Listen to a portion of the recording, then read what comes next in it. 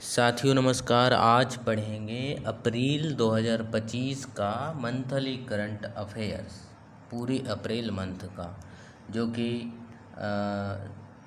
सभी government exam के खासकर प्रीलिम्स के लिए इम्पोर्टेंट होगा। जैसे यूपीएससी के प्रीलिम्स के लिए यूपी पीसीएस हो गया, बिहार पीसीएस हो गया, बिहार एसआई हो गया, आरओ एआरओ, अदर जो कांस्टेबल वगैरह का एग्ज़ाम होता है उसके लिए भी उपयोगी होगा।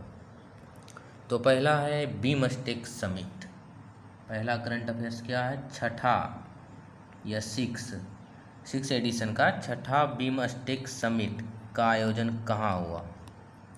छठा बीमस्टेक शिखर सम्मेलन का आयोजन कहाँ हुआ, जो कि 2025 के अप्रैल मंथ में हुआ था। तो बीमस्टेक का पहले पूरा रूप जान लीजिए। बीमस्टेक का पूरा रूप क्या होता है? Bay of Bengal initiative for multi sectoral technical and economic cooperation. Bay of Bengal initiative for multi sectoral technical and economic cooperation. इसमें बेसिकली बे ऑफ बंगाल से जो सटे देश हैं, बंगाल की खाड़ी से सटे देश, वही इसका मेंबर है अधिकतर, इसलिए इसे bay of Bengal initiative for multi sectoral technical and economic cooperation कहा जाता है। बीमस्टेक एक क्षेत्रीय संगठन है जिसमें भारत के पड़ोसी देश हैं, कुछ दक्षिण एशिया के देश हैं। इसमें ये सब देश आपस में पार्टिसिपेट करके जो साउथ नेशन है उसको कैसे डेवलप किया जा सकता है डिफेंस लेवल पर, आर्थिक लेवल पर, तो वगैरह वगैरह, इसमें ट्रेड वगैरह पर काम किया जाता है। तो बीमस्टेक ये हो गया। बीमस्टेक की स्थापना कब हुई थी? 1997 में। किस घोषणा के तहत? बैंकॉक घोषणा के तहत। बैंकॉक घोषणा 1997, जिसे बैंकॉक डिक्लेरेशन भी कहते हैं, उसके तहत 1997 में बीमस्टेक की स्थापना हुई थी। जब बीमस्टेक की स्थापना हुई थी तो उस समय इसके जो फाउंडर मेंबर हैं, केवल 4 कंट्री ही इसके मेंबर थे, इसलिए इसका नाम था उस समय बिस्ट ईसी,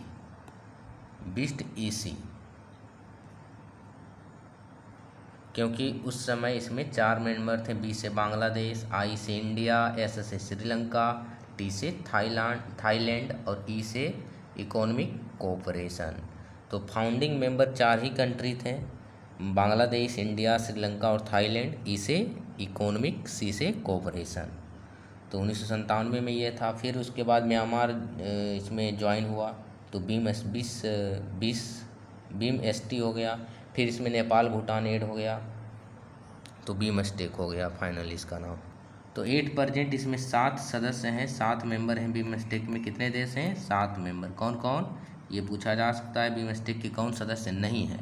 तो बांग्लादेश, भारत के जितने भी पड़ोसी देश हैं, अफगानिस्तान पाकिस्तान छोड़कर और चाइना को छोड़कर, Bangladesh, India, Sri Lanka, Thailand, Myanmar, Nepal, Bhutan, तो यही 7 देश बीमस्टेक के मेंबर हैं। तो सभी तो भारत के पड़ोसी देश ही, एक ही है जो साउथ एशिया का है, वो है थाईलैंड, जो पड़ोसी देश नहीं है। थीम क्या था इस बार का छठा एडिशन का बीमस्टेक समिट जो बैंकॉक में हुआ 2025 में, उसका थीम क्या है? थीम है इसका prosperous, resilient and open. Prosperous, resilient and open इस बार का थीम है। इसमें थाईलैंड के पीएम ने भारतीय पीएम को क्या दिया एज ए गिफ्ट के रूप में? तो त्रिपिटक दिया। त्रिपिटक क्या है? बौद्ध धर्म से संबंधित ग्रंथ है, जिसमें अभिधम्म पिटक, सुत्त पिटक और विनय पिटक शामिल है, 3 पिटक है। तो त्रिपिटक दिया जो बौद्ध धर्म से संबंधित है। बौद्ध धर्म जहाँ पर ज़्यादा पहले प्रिवलेंट था, जहाँ गौतम बुद्ध को ज्ञान की प्राप्ति हुई, जहाँ उनका महापरिनिर्वाण हुआ, वहीं से बौद्ध धर्म समाप्त हो गया लगभग। बाकी अन्य कंट्री में वो अभी भी प्रचलित है, क्योंकि यहाँ के लोग बौद्ध धर्म को अनुपालित ही नहीं करते हैं। तो बौद्ध धर्म कहाँ प्रचलित है? साउथ एशियन कंट्री में ज़्यादातर, जैसे इंडोनेशिया हो गया, थाईलैंड हो गया, म्यांमार हो गया, भूटान हो गया। तो त्रिपिटक दिया इन्होंने। और भारतीय पीएम, जो इंडिया के पीएम हैं, उन्होंने थाई पीएम को क्या दिया, ये भी पूछा जा सकता है। तो थाई पीएम को दिया मीनाकारी हस्तकला। मीनाकारी हस्तकला। मीनाकारी हस्तकला। मीनाकारी हस्तकला क्या होता है, इसमें धातुओं पर, जैसे सोना हो गया, चांदी हो गया, पीतल हो गया, कॉपर हो गया, तो उन सभी धातुओं पर ग्लास पाउडर के द्वारा या विविध रंगों के द्वारा उसमें एट्रैक्टिव बनाने के लिए कुछ किया जाता है, उकेरा जाता है कुछ। तो उसी जैसे कि कुछ जानवरों को अंकित किया जाता है, कुछ फूलों को अंकित किया जाता है उसमें। जैसे ये मान लीजिए कुछ है तांबा का है, तो इसमें हम ग्लास पाउडर के कलर के द्वारा या अदर कलर के द्वारा इसमें कुछ उकेर देंगे, कुछ पौधों को, फूलों को, फल, जानवरों को, तो ये अट्रैक्टिव लगेगा देखने में। इसी को बोलते हैं मीनाकारी हस्तकला। तो मीनाकारी हस्तकला का ओरिजिन क्या है, ये सफ़ाविद ईरानों के द्वारा ओरिजिन है इसका, यानी कि फारस जो है, फारस जिसे ईरान कहा जाता है, अभी इसका नया नाम ईरान है, पहले इसका फारस था। तो सफ़ाविद ईरानों के द्वारा ये मतलब बनाया जाता था, पहले ओरिजिन है। मुग़लों के द्वारा ये इंडिया में लाया गया, मुग़लों के द्वारा। एट परसेंट मीनाकारी हस्तकला जयपुर में ज़्यादा प्रचलित है और लखनऊ में। अगला है ज्योतिबा फूले के बारे में।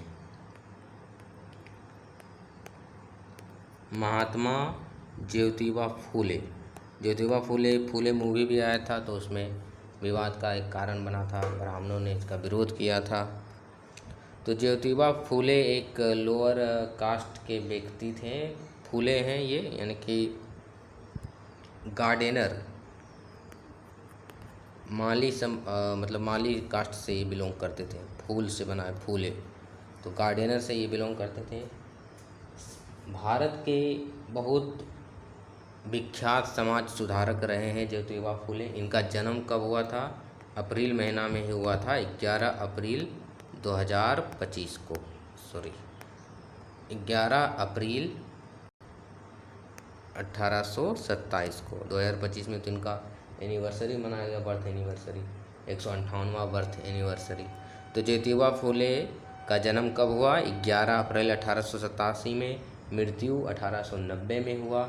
भारत के बहुत विख्यात, प्रख्यात, प्रसिद्ध समाज सुधारक रहे हैं, जिन्होंने जाति प्रथा के खिलाफ काम किया, अनटचेबिलिटी, छुआछूत के खिलाफ काम किया, जेंडर इक्वलिटी, लैंगिक समानता के लिए काम किया, महिलाओं की शिक्षा में भागीदारी को बढ़ाया।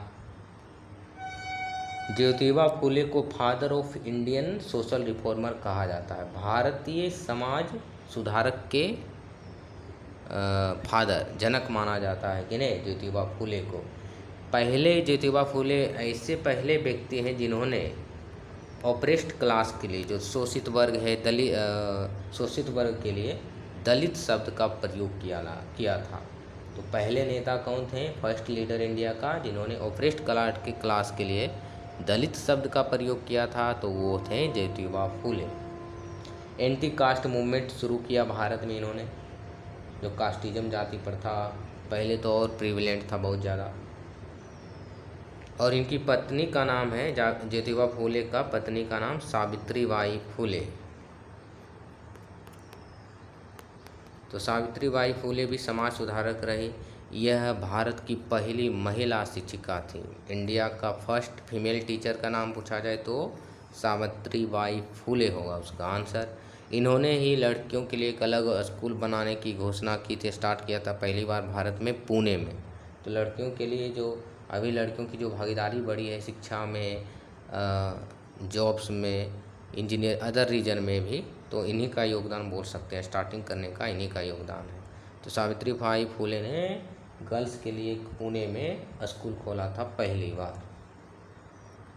इन्होंने ये एक जो ब्राह्मण, इससे खफा क्यों है, क्योंकि इन्होंने कहा था कि नन ब्राह्मण भी प्रीस्ट हो सकता है, जो कि ओरिजिनली वैदिक धर्म में था। वैदिक धर्म में क्या था कि एक व्यक्ति ए और बी दोनों भाई है, ए का काम क्या है, वेद का पढ़ाना, अध्ययन अध्यापन करना, तो वो ब्राह्मण हो गया।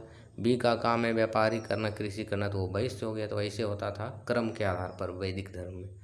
उत्तर वैदिक धर्म में कर्मकांड बढ़ गया, अंधविश्वास बढ़ गया, तो वैदिक धर्म का धीरे धीरे पतन हो गया।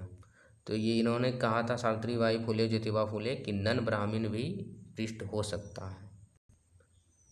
अभी हाल ही में यूपी के यादव कम्युनिटी के जो ब्राह्मण बने थे वहाँ पर पूजा पाठ करवा रहा था तो उनको मारा गया ब्राह्मणों के द्वारा। ज्योतिबा फुले का कुछ रचनाएं इन्होंने सत्यशोधक समाज बनाया था, ट्रूथ सीकर सोसाइटी। सत्यशोधक समाज के फाउंडर ज्योतिबा फुले और सावित्रीबाई फुले 1873 में 1873 में सत्यशोधक समाज बनाया था, जिसका उद्देश्य था इंटर कास्ट मैरिज को प्रमोट करना, नन ब्राह्मण पृष्ठ को प्रमोट करना वगैरह वगैरह, जेंडर इक्वलिटी को प्रमोट करना। इनकी रचनाएं हैं ज्योतिबा फुले का सेठ कार्याचा, सेठ कार्याचा असूड। सेठ कार्याचा असूड को किसने लिखा? ज्योतिबा फुले ने। फार्मर्स के दुर्दशा के बारे में, किसानों की दुर्दशा का वर्णन इसमें किया गया, उनका ऋण संबंधी दुर्दशा, तो मराठी लैंग्वेज में। दूसरा है गुलामगिरी। गुलामगिरी के रचनाकार कौन हैं? मराठी लैंग्वेज में लिखा गया, ये भी ज्योतिबा फुले। तीसरा है सार्वजनिक धर्म पुस्तक की भी रचना इन्होंने किया। एक और उसमें बीमस्टेक से संबंधित ध्यान में रखना है कि बीमस्टेक का मुख्यालय या हेड क्वार्टर कहाँ है? क्या बैंकॉक है? नहीं, तो ये बांग्लादेश के ढाका में है। बांग्लादेश की राजधानी कहाँ है? ढाका। तो ढाका बीमस्टेक का हेड क्वार्टर है। अगला करंट अफेयर से अप्रैल मंथ का मीठा थल भी बोल सकते हैं इसको, मीठा थल और तिघराना 2 हड़प्पा सभ्यता के नए स्थल का खोज हुआ है, इंडस वैली सिविलाइजेशन। और इंडस वैली सिविलाइजेशन का आप वीडियो जाके देख सकते हैं, जो कि एग्ज़ाम रिलेटेड, मतलब एग्ज़ाम पर आधारित है कि क्या क्या जैसे जैसे क्वेश्चन पूछा जाता है एग्ज़ाम में, उसी पर आधारित ये वीडियो बनाया गया है। तो मीठा थल और तिघराना, तो पूछा जाएगा अप्रैल मंथ में मीठा थल और तिघराना 2 शहर न्यूज में थे। ये कौन सा शहर है? तो इंडस वैली सिविलाइजेशन, सिंधु घाटी सभ्यता से शहर है। कहाँ पर है ये? हरियाणा में। हरियाणा में भिवानी जिला में, हरियाणा के भिवानी डिस्ट्रिक्ट में। अगला है GI tag, geographical indication tag. क्या होता है जीआई टैग? ये कोई क्षेत्र है, भौगोलिक क्षेत्र है, यहाँ पर एक विशेष चीज़ का उत्पादन होता है जो कहीं और नहीं होता है, उसका स्पेशल कलर है, स्पेशल टेस्ट है, स्पेशल प्रॉपर्टी है, तो उसको प्रमोट करने के लिए जीआई टैग दिया जाता है वस्तुओं को। तो जीआई टैग मिला है केरल के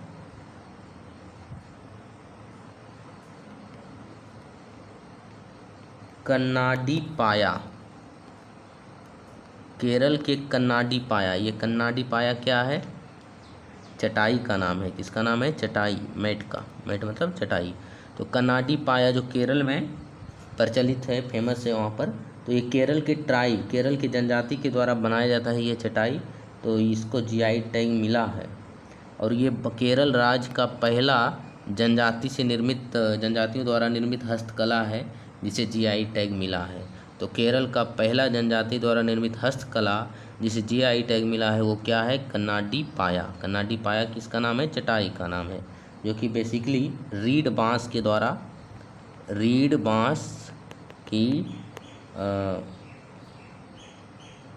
बनाया जाता है, रीड बांस की परत के द्वारा। और जीआई टैग एक बार मिल जाता है किसी वस्तु को तो वो फ्यूचर में 10 वर्ष के लिए एलिजिबल रहता है और आगे फिर इसको रिन्यू किया जा सकता है, नवीनीकृत किया जा सकता है। और दूसरा जीआई टैग मिला है तेलंगाना के वारंगल चपाता मिर्च को।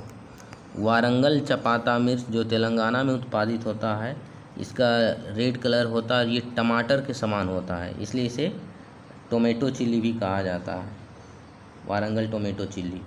तो इसको भी मिला, ये कम तीखी होती है, एंटीऑक्सीडेंट गुण अधिक होता है इसमें। तो वारंगल चपाता मिर्च तेलंगाना में उत्पादित होता है जिसे जीआई टैग मिला है। अगला है श्री शंकरन नायर, न्यूज में थे ये अप्रैल मंथ में, श्री शंकरन नायर। तो ये न्यूज में इसलिए है क्योंकि ये भारत के सुप्रसिद्ध वकील हैं, राजनेता हैं और लेखक हैं। और इनको जालियांवाला बाग हत्याकांड कब हुआ था? जालियांवाला बाग हत्याकांड, तो जालियांवाला बाग हत्याकांड हुआ था 13 अप्रैल 1919 को। तो इसी के लिए इन्हें जाना जाता है। क्यों जाना जाता है? क्योंकि जो जालियांवाला बाग हत्याकांड हुआ था उसकी आलोचना बहुत कड़े ढंग से उसकी निंदा की और ब्रिटिश सरकार की निंदा की।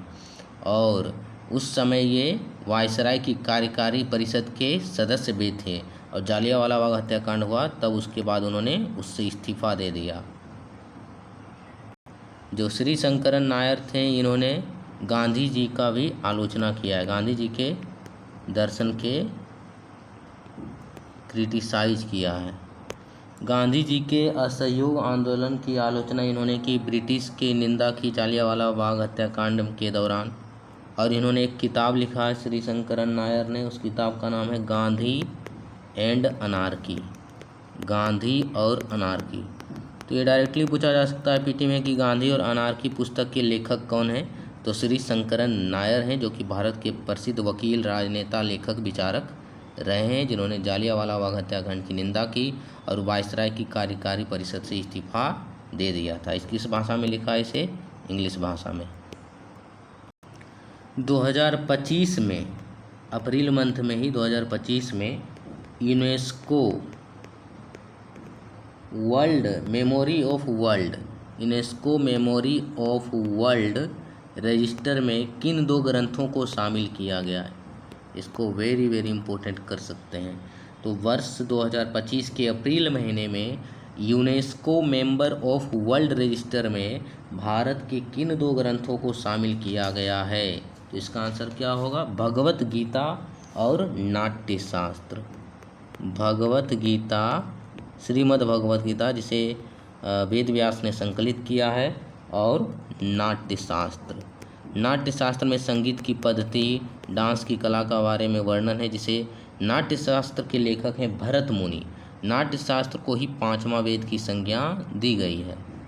तो नाट्यशास्त्र और भगवत गीता को UNESCO memory of world register 2025 में शामिल किया गया है। नाट्यशास्त्र के लेखक कौन हैं? भरत मुनि हैं। इसमें जो है नाटक वगैरह के बारे में बताया गया है, डांस की पद्धति के बारे में, म्यूजिक के सिस्टम के बारे में बताया गया है। और इस तरह भारत की कुल 14 एंट्री हो गए हैं। कितना? मतलब कि 14 ग्रंथ हो गए हैं जो मेमोरी ऑफ वर्ल्ड रजिस्टर में शामिल है। तो इसको भी ध्यान में रखना है। 2024 में 3 ग्रंथ, एक रामचरितमानस है जिसे तुलसीदास ने लिखा है, और रामायण को वाल्मीकि ने लिखा है। रामचरितमानस को पद्य रूप में अवधी भाषा में तुलसीदास ने लिखा है।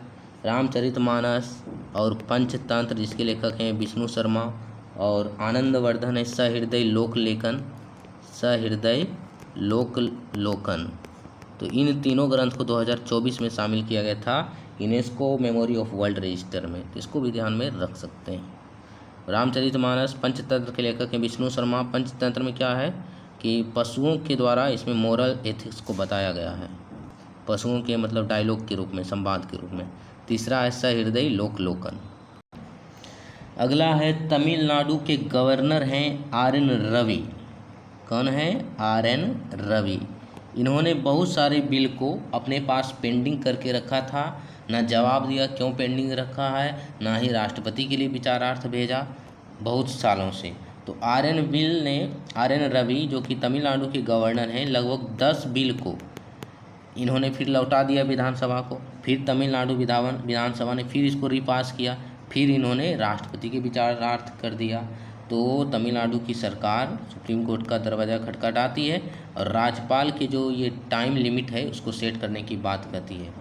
तो सुप्रीम कोर्ट ने क्या कहा? सुप्रीम कोर्ट ने अपने डिसीजन में टाइम लिमिट सेट कर दिया, समय सीमा सेट कर दिया कि राज्यपाल, किसी राज्य का राज्यपाल कितना टाइम तक बिल को अपने पास रख सकता है, या राष्ट्रपति कितने टाइम तक अपने पास रख सकते हैं। सुप्रीम कोर्ट ने कहा कि जो बिना कारण से डिले किया जाता है वो असंवैधानिक है, और जो संविधान में ये नहीं लिखा गया कि कितने टाइम तक राष्ट्रपति या राज्यपाल बिल को या विधेयक को रख सकते हैं अपने पास में, ये टाइम लाइन लिमिट सेट, उसमें कोई मतलब एक निश्चित टाइम लिमिट नहीं बताया गया। उसमें लिखा गया है एज सून एज, यथासंभव, मतलब जल्द से जल्द उस पर विचार करने की आवश्यकता है। तो इसमें आ जाता है अनुच्छेद 200।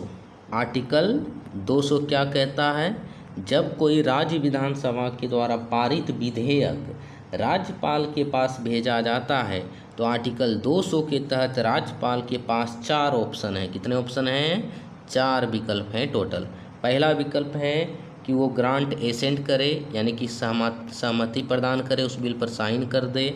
दूसरा विकल्प है विद होल्ड करके रखे, कुछ जवाब ही नहीं दे, अपने पास रखे बिल को। तीसरा है ऑप्शन बिल को फिर रिकंसिडरेशन के लिए, पुनर्विचार के लिए राज्य विधानसभा को लौटा दे, मनी बिल नहीं है तो, यानी धन विधेयक नहीं है तो। चौथा विकल्प क्या है? या फिर राष्ट्रपति के विचारार्थ रख सकता है, राष्ट्रपति के लिए आरक्षित रख सकता है। कौन? राज्यपाल रख सकते हैं। तो ये 4 विकल्प हैं। इसी के लिए टाइम लिमिट ने निर्धारित किया है सुप्रीम कोर्ट ने। और वो जो 10 बिल को फिर रीपास किया गया था तमिलनाडु विधानसभा के द्वारा, उसको सुप्रीम कोर्ट ने कहा उसमें कोई निर्णय सहमति लेने की आवश्यकता नहीं है, वो बिल अपने आप पारित समझा जाएगा। इसमें एक आर्टिकल आता है आर्टिकल 163, जो राज्यपाल को क्यों बनाया गया है कि वो केंद्र और राज्य के बीच सेतु का काम करे, जो ब्रिज काम करे और संघवाद को प्रमोट करे। लेकिन होता क्या है? इसका विपरीत होता है। जब केंद्र में दूसरे पार्टी की सरकार होती है, राज्य में दूसरा पार्टी का सरकार होता है, तो राज्यपाल और मुख्यमंत्री में तानातानी चलते रहता है उसमें, क्योंकि डबल इंजन की सरकार नहीं है उस टाइम। अनुच्छेद 163 में कहा गया है कि गवर्नर को, यानी कि जो राज्यपाल होते हैं, उनको मंत्री परिषद, उस राज्य के मंत्री परिषद के एड एंड एडवाइस पर काम करना चाहिए, उनके सलाह पर सहमति पर काम करना चाहिए। तो इसका भी फॉलो नहीं करते हैं राज्यपाल। तो सुप्रीम कोर्ट ने आर्टिकल 142, जो कि डिस्क्रेशनरी पावर है सुप्रीम कोर्ट का, विवेकाधीन शक्ति पर यह है, तो इसमें कहा गया आर्टिकल 142 में कि सुप्रीम कोर्ट कंप्लीट जस्टिस के लिए, यानी पूर्ण न्याय के लिए, किसी भी परिस्थिति में पूर्ण न्याय करने के लिए एक ऑर्डर पास कर सकती है, जो कि टेम्पररी लॉ की भांति काम करेगा। किसकी तरह? कानून की भांति काम करेगा वो सुप्रीम कोर्ट का ऑर्डर। तो उन्होंने ऑर्डर पास कर दिया, टाइम लिमिट सेट कर दिया। तो सुप्रीम कोर्ट ने कहा कि 1 महीने के अंदर उसको एसेंट देना है। किसको? राज्यपाल को एसेंट देना है। दूसरा है 3 महीना तक वो राज्यपाल विद होल्ड करके रख सकती है बिल को। तीसरा है कि 1 महीने के अंदर यदि वो री इनेक्ट किया जाता है, फिर विधानसभा से पारित किया जाता है, जैसे राज्यपाल ने उसको पुनर्विचार के लिए विधानसभा को लौटा दिया, फिर बिल विधानसभा से पारित हो गया, तो उसको 1 महीने के अंदर उनको सहमति देना अनिवार्य कर दिया गया है। और कहा गया राष्ट्रपति भी 3 महीने से अधिक बिल को अपने पास पेंडिंग नहीं रख सकते। क्या यह उचित है? टाइम लिमिट सेट करना तो उचित ही है, क्योंकि डिले होना कहीं ना कहीं संघवाद को ये प्रमोट करने की वजह उसको मतलब उपेक्षित करता है। क्योंकि राज्य सरकार विकास करना चाहती है, राज्य सरकार को ही जनता ने चुना है, तो राज्य के लिए काम तो करेगी ही, और उसमें राज्यपाल हर्डल उत्पन्न करते हैं। तो इसमें एक आ जाता है कि संविधान में संशोधन सुप्रीम कोर्ट कर सकता है। ये तो संविधान में नहीं लिखा है टाइम लिमिट, तो इसको तो पार्लियामेंट कर सकता है। तो ऐसा एक मतलब इशू आ जाता है इसमें। अगला है डेप्यूटी स्पीकर, लोकसभा के जो उपाध्यक्ष होते हैं उसके बारे में। डेप्यूटी स्पीकर या लोकसभा के उप अध्यक्ष। तो अनुच्छेद 93 आर्टिकल 93 में साफ साफ लिखा है कि लोकसभा इलेक्शन हो गया, उसका पहला मीटिंग हो गया और स्पीकर का इलेक्शन हो गया, तो उसके बाद जस्ट डेप्यूटी स्पीकर का भी चयन करना चाहिए, आर्टिकल 93 में लिखा गया है। तो ये लोकसभा मेंबर के द्वारा किया जाता है इसका चुनाव, लोकसभा मेंबर के ही कोई मेंबर बनते हैं डेप्यूटी स्पीकर। जनरली जो परंपरा है वो है कि अपोजिशन के पार्टी के कोई सदस्य, यानी विपक्षी दल के कोई नेता लोकसभा के उपाध्यक्ष बनते हैं। ये परंपरा है, लीगली मैंडेट नहीं है, यानी कानूनी तौर से ये अनिवार्य नहीं है कि विपक्षी दल के नेता बने, लेकिन जो परंपरा है ये है। तो डेप्यूटी स्पीकर का काम होता है जब स्पीकर अब्सेंट हैं तो उस कंडीशन में डेप्यूटी स्पीकर स्पीकर बन जाते हैं, प्रिसाइड करते हैं लोकसभा को। क्या इन्हें वोट देने का अधिकार है? नहीं है। वोट तभी ये दे सकते हैं स्पीकर और डेप्यूटी स्पीकर जब प्रिसाइडिंग ऑफिसर बने हैं, तो उस कंडीशन में वोट दे सकते हैं जब टाई हो गया किसी बिल पर। मान लीजिए किसी बिल है उसमें टोटल 10 मेंबर हैं, 5 मेंबर ने कहा बिल पारित होना चाहिए, 5 ने कहा नहीं पारित होना चाहिए, तो ये टाई हो गया। तो उस कंडीशन में किसी एक पक्ष में डेप्यूटी स्पीकर वोटिंग कर सकते हैं, उसको कास्टिंग वोटिंग कहते हैं। तो टाई की कंडीशन में इन्हें वोट करने का अधिकार है। और एक बात, डिप्टी स्पीकर के पास एक विशेष मतलब उनको शक्ति दिया गया है कि जब किसी पार्लियामेंट्री कमेटी, संसदीय समिति का उनको मेंबर बनाया जाता है डिप्टी स्पीकर को, तो वो अपने आप ऑटोमेटिकली उसका चेयरपर्सन माने जाएंगे। जैसे एक पार्लियामेंट्री कमेटी जो कृषि से संबंधित बनाया गया है, उसमें एक मेंबर है डिप्टी स्पीकर भी, तो उसके चेयरमैन वही होंगे डिप्टी स्पीकर ऑटोमेटिकली। अगला है त्रिपुरा सरकार ने त्रिपुरा की जो राजकीय भाषा है, स्टेट लैंग्वेज, वो है ऑफिशियल स्टेट लैंग्वेज कोकबोरोक।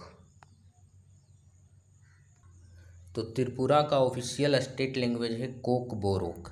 तो कोकबोरोक को त्रिपुरा राज्य सरकार ने अर्ज किया केंद्र सरकार से कि इसे 8वीं अनुसूची, संविधान की 8वीं अनुसूची में शामिल किया जाए। उससे शामिल होने से क्या होगा, उस लैंग्वेज को प्रमोट किया जाएगा। यूपीएससी जैसे एग्ज़ाम में उसका ऑप्शनल के रूप में उस भाषा में हम लिख सकते हैं, ऐसा उसमें शामिल किया करने से फ़ायदा होगा। तो कोकबोरोक पूछा जाएगा किस राज्य की ऑफिशियल लैंग्वेज है, तो त्रिपुरा की है। और ये जो भाषा है ये तिब्बतो बर्मनीज यानी तिब्बत और बर्मा की भाषा से मिलती जुलती है। अभी 8वीं अनुसूची में कितने भाषा है टोटल 8 शेड्यूल में, तो टोटल 22 भाषा है। कितना 22? क्या हमारा संविधान बना था 1950 में जब लागू हुआ था ओरिजिनली में, तो उस समय भी इतना भाषा था? तो इसका आंसर होगा नहीं। उस समय मात्र 14 भाषाएँ थे, 14। तो 14 भाषा थे। पहली बार 1967 में 8वीं अनुसूची में भाषा जोड़ा गया जिसका नाम है सिंधी, 1967 में सिंधी। फिर 1992 में 1992 में जोड़ा गया कोंकणी, मणिपुरी, नेपाली। फिर 2004 में जोड़ा गया बोडो, डोगरी, मैथिली और संथाली। तो इस प्रकार अब 22 भाषाएं हैं टोटल। अगला है कि तेलंगाना, पूछा जाए कि भारत का कौन ऐसा राज्य है जिसने पहली बार एससी यानी शेड्यूल कास्ट, अनुसूचित जाति में कैटेगराइजेशन किया है, वर्गीकरण किया है। जैसे कि ओबीसी में क्या है, क्रीमी लेयर है, नॉन क्रीमी लेयर, उसी टाइप का कुछ कैटेगराइजेशन एससी में किया है। तो तेलंगाना राज्य भारत का पहला राज्य बना है जिसने एससी यानी शेड्यूल कास्ट में कैटेगराइजेशन करने वाला पहला राज्य बना है। सुप्रीम कोर्ट ने भी 2024 में कहा था कि जो शेड्यूल कास्ट के लोग हैं जिनकी सामाजिक आर्थिक स्थिति सुधर गई है, वो मुख्य धारा में जुड़ चुके हैं, तो उन्हें ये जो आरक्षण वगैरह का फैसिलिटी वो कम किया जाए, जैसे कि ओबीसी में कैटेगराइजेशन होता है। भारत श्रीलंका संबंध के बारे में है अगला, भारत श्रीलंका संबंध। तो श्रीलंका के राष्ट्रपति बने हैं नया, जिनका नाम है अनुरा कुमारा दिसानाइके। अनुरा कुमारा दिसानाइके कहाँ के राष्ट्रपति बने हैं? दिसानाइके या नायका। तो ये श्रीलंका के राष्ट्रपति बने हैं। इसके संबंधों की बात करें तो भारत और श्रीलंका का ऐतिहासिक संबंध रहा है। डिफेंस में बात करें तो सलाइनेक्स एक्सरसाइज होता है भारत श्रीलंका के बीच। मित्र शक्ति आर्मी का एक्सरसाइज होता है भारत श्रीलंका के बीच। अगला है एनर्जी सेक्टर की बात करें, ऊर्जा क्षेत्र में, तो ट्रिंकोमाली जो कि माना जाता है दुनिया का चौथा सबसे बड़ा बंदरगाह है, श्रीलंका के पूर्वी तट पर स्थित है ये। तो ट्रिंकोमाली में भारत यूएई के सहयोग से यहाँ पर सोलर प्लांट, एनर्जी हब बनाएगा। भारत त्रिकोणेश्वरम मंदिर और सीता एलिया टेम्पल कहाँ है? तो ये श्रीलंका के नुवारा शहर में है। माना जाता है कि रावण जो माँ सीता को अपहरण करके लाया था, किडनैप करके, तो यहीं पर वहाँ पर रखा था लंका में। तो सीता एलिया टेम्पल को भी वहाँ पर रिनोवेट किया जाएगा भारत के द्वारा। वहाँ पर श्रीलंका के राष्ट्रपति के द्वारा प्राइम मिनिस्टर भारतीय पीएम को सर्वोच्च सम्मान दिया गया मित्र विभूषण। तो पूछा जा सकता है मित्र विभूषण किस देश का सर्वोच्च सम्मान है? तो मित्र विभूषण श्रीलंका का सर्वोच्च सम्मान है। अगला है एक्सरसाइज डस्ट लिंक 6 नंबर का एक्सरसाइज, मिलिट्री एक्सरसाइज किन दो देशों के बीच होता है? तो इंडिया और उज्बेकिस्तान, भारत और उज्बेकिस्तान के बीच होता है ये एक्सरसाइज, मिलिट्री एक्सरसाइज है। इस बार इसका होस्ट कंट्री भारत रहा, पुणे में इसका प्रैक्टिस किया गया। उज्बेकिस्तान की राजधानी कहाँ है? ताशकंद राजधानी है। ताशकंद में ही भारतीय पीएम लाल बहादुर शास्त्री की मौत हो गई थी रहस्यमयी ढंग से। Exercise tiger Trump 2025। तो इसको ऐसे याद रख सकते हैं, ट्रम्प किस देश के राष्ट्रपति हैं? अमेरिका। तो अमेरिका के बीच होता है और इंडिया के बीच होता है। अमेरिका और इंडिया के बीच होने वाला एक्सरसाइज टाइगर ट्रायम्फ 2025। इसका होस्ट कंट्री भी भारत ही रहा। भारत के आंध्र प्रदेश के डुबड्डा फायरिंग रेंज में, डुबड्डा, ये क्वेश्चन एक बार किसी एग्जाम में पूछा गया है कि डुबड्डा फायरिंग रेंज कहाँ है? तो डुबड्डा फायरिंग रेंज आंध्र प्रदेश में है, वहीं पर इसका आयोजन किया गया। अगला है इंटर पार्लियामेंट्री यूनियन, अंतर संसदीय संघ, inter parliamentary union, IPU short form में याद रखना है कि IPU का मीटिंग कहाँ हुआ? 150वां एनिवर्सरी का आयोजन हुआ ताशकंद में ही। ताशकंद जो कि उज्बेकिस्तान की राजधानी है, ताशकंद में हुआ 150वां एनिवर्सरी, जिसमें लोकसभा के स्पीकर ओम बिरला ने इसको एड्रेस किया। ये इंटर पार्लियामेंट्री यूनियन एक संगठन है, बोल सकते हैं, जो पीस, डेमोक्रेसी, ह्यूमन राइट की बात करता है। पार्लियामेंट्री सिस्टम में रिफॉर्म होना चाहिए उसकी बात करता है। इसका हेड क्वार्टर जेनेवा, स्विट्जरलैंड है। तो PT फैक्ट इसमें यही है कि इंटर पार्लियामेंट्री यूनियन का आयोजन कहाँ हुआ? भारत में हुआ? नहीं, ताशकंद में 150वां एनिवर्सरी, इसमें लोकसभा ओम बिरला भाग लिए थे। Khadi and village industry commission, khadi और ग्रामीण उद्योग आयोग, औद्योगिक आयोग, KVIC जिसको शॉर्ट फॉर्म में कहते हैं, khadi and village industries commission. Khadi मतलब क्या होता है? खादी मतलब जब हम कोई भी चीज़ हैंडीक्राफ्ट को, बेसिकली उसमें मुख्यतः वस्त्र को, कपड़ा को मैनुअली बनाते हैं, मशीनों की सहायता के अतिरिक्त, वर्कर के मैनुअली बनाया जाता है वर्कर के द्वारा, तो उसे खादी कहते हैं। ठीक है, तो खादी आयोग की स्थापना कब हुई? खादी एंड विलेज इंडस्ट्रीज आयोग की स्थापना, ये पूछा जा सकता है। तो ये 1957 में बनाया गया, 1957 में KVIC गठित हुआ। ये एक वैधानिक निकाय है, स्टैट्यूटरी बॉडी है, क्योंकि ये कानून बनाकर बनाया गया था, वैधानिक निकाय है। तो ये न्यूज में इसलिए है कि भारत में पहली बार KVIC ने सबसे ज़्यादा टर्नओवर, वार्षिक टर्नओवर प्राप्त किया। कितना? 1.7 लाख करोड़, 1.7 लाख करोड़। और इसका हेड क्वार्टर कहाँ है KVIC का? मुंबई, महाराष्ट्र में। किस मिनिस्ट्री के अधीन काम करता है ये? मिनिस्ट्री ऑफ MSME, यानी ministry of micro small medium enterprises. काम क्या है इसका? रोजगार प्रदान करना, मैन्युअली काम करवाना, सेल्फ रिलायंट आत्मनिर्भरता को प्रमोट करना, यही सब इसका उद्देश्य है।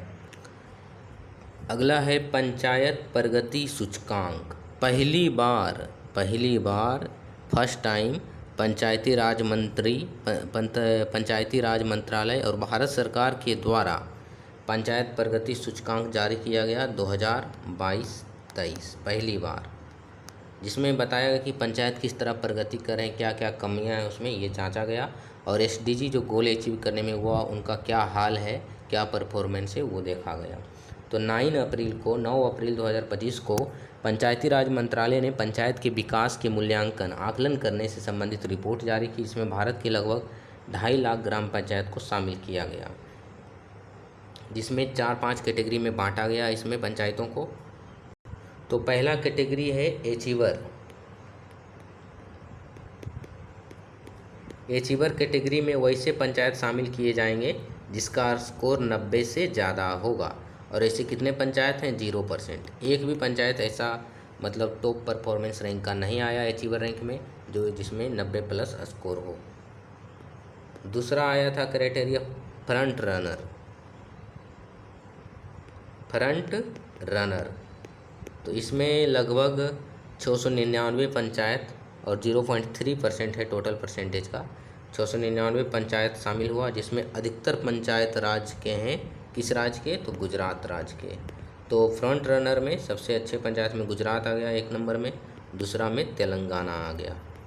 और ये फ्रंट रनर का स्कोर क्या है? 75 से 90 के बीच में है, यानी 90 से अधिक तो एक भी नहीं है, 75 और 90 के बीच 699 पंचायत पूरे भारत में शामिल हैं, जिसमें गुजरात की अधिकतर पंचायत शामिल हैं। सेकेंड नंबर पर तेलंगाना है। दूसरा कैटेगरी है परफॉर्मर का। तीसरा कैटेगरी हो गया परफॉर्मर, जिसमें लगभग 35% पंचायत शामिल हैं, 77,000 पंचायत। इसमें भी गुजरात नंबर 1 है, और दूसरा कैटेगरी है महाराष्ट्र का, और तीसरा कैटेगरी है तेलंगाना का। चौथा कैटेगरी है एस्पायरेंट कैटेगरी। एस्पायरेंट कैटेगरी में सर्वाधिक लगभग 61% पंचायत, टोटल पंचायत का 61% पंचायत एस्पायरेंट कैटेगरी में शामिल है, जिसमें लगभग 1,32,000 पंचायत। इसको ध्यान में अवश्य रखना है। पूछा जाएगा कि पंचायत प्रगति सूचकांक किसके द्वारा जारी किया गया, तो पंचायती राज मंत्रालय और भारत सरकार के सहयोग से 2022-23। और इसमें 4-5 कैटेगरी है। तो किस कैटेगरी में सर्वाधिक पंचायत शामिल हुए, तो एस्पायरेंट कैटेगरी में लगभग 1,32,000 पंचायत, जो टोटल पंचायत का 61% है, वो शामिल है। और इसमें बिहार के अधिकतर पंचायत, छत्तीसगढ़ के अधिकतर पंचायत, आंध्र प्रदेश के अधिकतर पंचायत शामिल है। तो बिहार एग्जाम के लिए भी इम्पोर्टेंट हो जाता है कि बिहार राज्य के अधिकतर पंचायत किस कैटेगरी में शामिल हैं, तो एस्पायरेंट कैटेगरी में शामिल हैं। और एक था जो बिगिनर कैटेगरी है, जिसमें बहुत कम विकास हुआ है अभी, वो लगभग बहुत कम पंचायत है, लगभग 2% पंचायत है। तो पंचायतों में देखा गया कि कमी क्या है, उसमें वित्तीय संसाधनों का अभाव है, आत्मनिर्भरता की कमी है, वर्कर की कमी है, निगरानी तंत्र का अभाव है, जन जागरूकता की कमी है, तकनीक का कम प्रयोग हो रहा है, जातिवाद वगैरह अधिक है वहाँ पर, मसल पावर, ये सब वहाँ के राजनीति में चलते रहता है, जातिवाद, शराब और मसल पावर। अगला है national critical mineral mission. National critical mineral mission NCMM, जो कि यूनियन बजट 2024-25 में लॉन्च किया गया, अनाउंस किया गया। क्रिटिकल मिनरल क्या होता है, दुर्लभ खनिज, वैसे खनिज जो पृथ्वी पर तो हैं बहुत आयत मात्रा में, लेकिन उसका खनन करना, उससे खनिज उत्पन्न करना बहुत मुश्किल भरा काम है। तो दुर्लभ खनिज का मतलब ये नहीं कि दुर्लभ मात्रा में, दुर्लभ इसलिए कहा जाता है क्योंकि उसको एक्सप्लोरिंग करना, माइनिंग करना बहुत उसमें मुश्किल भरा काम है, इसलिए। ठीक है। तो नेशनल क्रिटिकल मिनरल मिशन कब लॉन्च हुआ, यूनियन बजट 2024-25 में अनाउंस किया गया, जिसमें कहा गया कि भारत में जहाँ भी क्रिटिकल मिनरल है उसको एक्सप्लोर किया जाएगा, उसका माइनिंग किया जाएगा वगैरह वगैरह, ताकि जो सप्लाई चेन हम विदेशों पर निर्भर हैं वो घटे। तो क्रिटिकल मिनरल में वैसे मिनरल शामिल है, वैसे खनिज शामिल है जिसका देश के डिफेंस सेक्टर में इस्तेमाल होता है। डिफेंस का कोई उपकरण बनाना है तो उसमें यूज होगा। रिन्यूएबल सोर्स ऑफ एनर्जी का, जैसे सोलर पैनल बनाना है तो उसमें यूज होता है। उसका व्हीकल बनाना है तो लिथियम आयन बैटरी चाहिए, तो लिथियम क्रिटिकल मिनरल है। तो कुछ याद रखना है, कुछ क्रिटिकल मिनरल कौन कौन होते हैं, तो ये पूछा जा सकता है। तो लिथियम होते हैं क्रिटिकल मिनरल, कोबाल्ट होता है क्रिटिकल मिनरल, निकेल होता है क्रिटिकल मिनरल, और रेयर अर्थ मेटल जितने भी हैं दुर्लभ मृदा तत्व, 17 इसमें एलिमेंट हैं। तो 17 एलिमेंट, और लिथियम, कोबाल्ट, टाइटेनियम, ग्रेफाइट भी रेयर क्रिटिकल मिनरल में आता है, टाइटेनियम, ग्रेफाइट वगैरह भी, तो इसको ध्यान में रखना है। इसका प्रयोग एडवांस टेक्नोलॉजी में, इलेक्ट्रॉनिकल व्हीकल में, सेमीकंडक्टर में, सोलर प्लेट बनाने में किया जाता है। अगला है vibrant village programme 2। Vibrant village programme 2, VVP2, vibrant village programme 2 क्या है ये, तो वाइब्रेंट विलेज प्रोग्राम 1 कब लॉन्च हुआ, ये 2023 में लॉन्च हुआ था, ये स्टार्ट हुआ था, जिसका उद्देश्य था भारत के जो सीमावर्ती गांव हैं, सीमावर्ती गांव यानी बॉर्डर, जैसे बॉर्डर जो ज़िला है उसमें जो गांव है उसमें इंफ्रास्ट्रक्चर डेवलपमेंट करना, बुनियादी ढांचा का विकास करना, रोड वगैरह बनाना, कनेक्टिविटी सुधारना उसका उद्देश्य था। जिसमें सिलेक्टेड विलेज को चयन किया गया था, खासकर उत्तर पूर्वी जो नॉर्थ ईस्ट का सीमावर्ती गांव है उसको। लेकिन जो सेकेंड फेज का आया VVP2 यानी वाइब्रेंट विलेज प्रोग्राम 2, इसमें सीमावर्ती गांव के अलावा अदर गांवों को भी शामिल किया गया जहां पर रोड वगैरह कनेक्टिविटी बेहतर नहीं है उसमें, जैसे कि बिहार, इसको शामिल किया गया, बिहार को, जम्मू कश्मीर को शामिल किया गया है, पंजाब को शामिल किया गया है, उत्तराखंड, यूपी, बंगाल समेत 15 राज्य और 2 यूटी के चुनिंदा राजनीतिक गांवों में बारहमासी सड़क संपर्क, दूरसंचार संपर्क, टेलीविजन संपर्क और विद्युतीकरण के लिए काम किया जाएगा। अगला है यूनियन होम मिनिस्टर, केंद्रीय गृह मंत्री अमित शाह के द्वारा स्टार्ट किया गया एक कैंपेन जिसका नाम है हेल्ड पहल। क्या नाम है? हेल्ड इनिशिएटिव या हेल्ड पहल। क्या है ये हेल्ड पहल? हेल्ड का पूरा रूप होता है healthy liver education and alcohol associated liver disease. Healthy liver education and alcohol associated liver disease prevention. तो हेल्ड पहल लीवर डिजीज से संबंधित है, उसके प्रिवेंशन को लेकर। और भारत का पहला India's first integrated liver habilitation centre कहाँ ओपन किया जाएगा? ILBS दिल्ली में। ILBS दिल्ली में। तो इसको भी याद रखना है। और हेल्थ पहल किससे संबंधित है ये भी याद रखना है। तो लीवर शरीर का सबसे बड़ा ये ग्रंथि है लीवर, जिसका पाचन तंत्र में, मेटाबॉलिज्म में योगदान है। जो पॉइजन वगैरह हमारे शरीर में प्रवेश करते हैं उसको ख़त्म करने में उसका योगदान है। तो लीवर खराब होता है, अल्कोहल से भी खराब होता है, खान पान से भी खराब होता है, जेनेटिकली भी खराब होता है।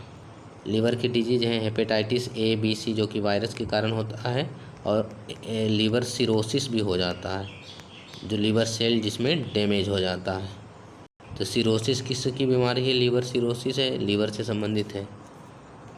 अगला है पालना स्कीम के बारे में, जिसका पहले नाम था राष्ट्रीय क्रेच मिशन। तो ये 2022 में स्टार्ट हुआ, जिसका उद्देश्य है पालना स्कीम में कि जो कामकाजी महिला है ग्रामीण क्षेत्र में, शहरी क्षेत्र में, उनके बच्चे किस ग्रुप के 6 महीने से 6 साल के बच्चे को डे केयर सुविधा प्राप्त करना इसका उद्देश्य है। तो पालना स्कीम का क्या उद्देश्य है? कामकाजी महिलाएं या माताएं जिनके बच्चे 6 महीने से 6 वर्ष के हैं उनको डे केयर फैसिलिटी प्रोवाइड करवाना। ये सेंट्रली स्पॉन्सर्ड स्कीम है ये। अगला है CJI के बारे में, भारत के मुख्य न्यायाधीश, chief justice of India. Bharat के मुख्य न्यायाधीश बने हैं 52वें नंबर का, उनका नाम है BR गवई। वेरी इंपॉर्टेंट ये क्वेश्चन बन सकता है। तो इनका पूरा नाम है भूषण रामकृष्ण गवई, BR गवई, जो भारत के 52वें 52 नंबर का 52nd CJI बने हैं। और एक बात, भारत के ये पहले बौद्ध धर्म से संबंधित CJI है, ये इम्पोर्टेंट हो जाता है। BR गवई जी भारत के पहले ऐसे CJI बने हैं जो बौद्ध धर्म से संबंधित है, और सेकंड दलित ओप्रेस्ड क्लास के माने जाते हैं ये CJI हैं। तो चीफ जस्टिस ऑफ इंडिया की नियुक्ति कौन करता है? राष्ट्रपति के द्वारा। ये ऐसा आर्टिकल 124 क्लाउज 2 में लिखा गया है। और CJI का कोई फिक्स टर्म नहीं होता है, टेन्योर कोई निश्चित नहीं है, 65 साल उनका उम्र होना चाहिए, ये क्राइटेरिया आर्टिकल 124(2) में लिखा गया है। क्राइटेरिया में कि नागरिक होना चाहिए, कम से कम हाई कोर्ट में जज रहना चाहिए 5 साल, या फिर हाई कोर्ट में वकील एज ए वकील 10 साल काम करना चाहिए, या फिर राष्ट्रपति की नज़र में लगता हो कि ये एक विलक्षण प्रतिभावान ज्यूरिस्ट है, न्यायपालिका के रूप में काम कर सकते, तो उसको नियुक्त किया जाता है। और जनरली जो सीनियर मोस्ट जजेज होते हैं उन्हीं को ये CJI बनाया जाता है। सीनियर मोस्ट मतलब उनका तजुर्बा, उम्र वगैरह देखा जाता है। अगला इम्पोर्टेंट हो जाता है, पूछा जाए कि दूसरा यानी कि second global conference on air pollution and health, यानी वायु प्रदूषण और स्वास्थ्य पर होने वाला दूसरा वैश्विक सम्मेलन कहाँ हुआ? तो ये होस्ट किया था WHO ने, वर्ल्ड हेल्थ ऑर्गेनाइजेशन ने, और इसका आयोजन किया गया, और साथ ही साथ गवर्नमेंट ऑफ कोलंबिया सरकार ने। तो इसका आयोजन कोलंबिया कार्टागेना में हुआ, कार्टागेना कोलंबिया में। और पहली बार कब हुआ था global conference on air pollution and health?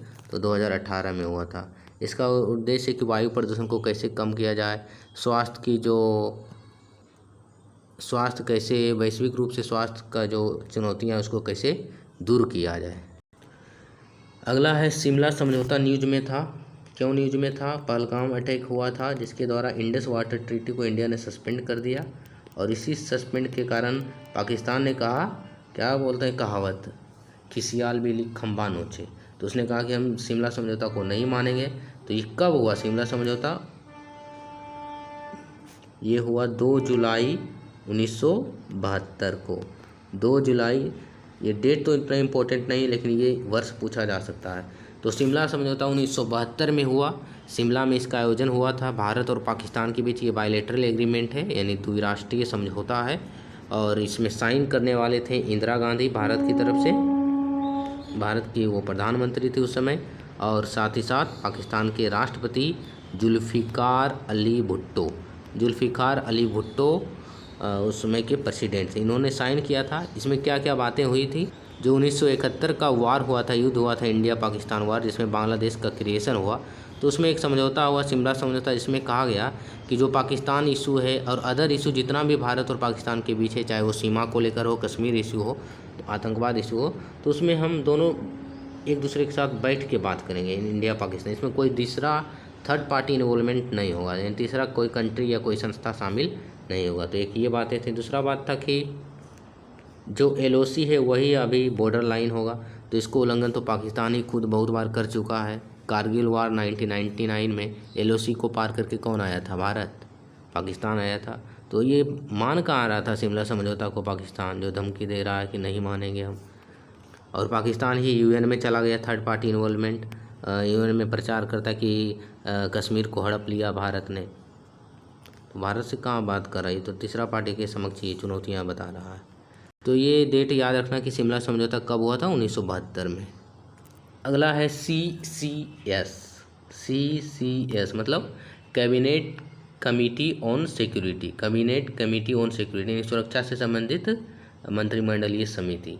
जब पहलगांव अटैक हुआ था तो CCS मीटिंग हुआ था। CCS, इसमें जो इम्पोर्टेंट मिनिस्टर होते हैं उनके मीटिंग होते हैं, जैसे कि होम मिनिस्टर हो गया, डिफेंस मिनिस्टर है, फाइनेंस मिनिस्टर है, एक्सटर्नल अफेयर्स मिनिस्टर हैं, और ये चेयर किया जाता है जनरली प्रधानमंत्री के द्वारा। तो कोई भी परिस्थिति आ गया, का एक युद्ध हो रहा है किसी देश से, तो कौन सा निर्णय लेना है, तो ये निर्णय लेने के लिए, त्वरित निर्णय लेने के लिए CCS बनाया जाता है, जिसमें मुख्यमंत्री इसके मेंबर होते हैं। जो पहलगांव अटैक हुआ था तो उसके एवज में ऑपरेशन सिंदूर तो भारत चलाया ही है, उसके पहले उसने क्या किया था, इंडस वाटर ट्रीटी, जो सिंधु जल समझौता हुआ था, उसको सस्पेंड, निलंबित कर दिया, स्थगित कर दिया। तो इंडस वाटर ट्रीटी या सिंधु जल समझौता कब हुआ, इससे प्रश्न पूछे जाने की संभावना है। एक शिमला समझौता और एक सिंधु जल समझौता।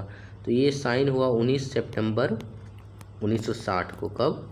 19 सितंबर 1960 को। इसमें ब्रोकर्ड किसने किया था, तो इसका मध्यस्थता किया था वर्ल्ड बैंक ने।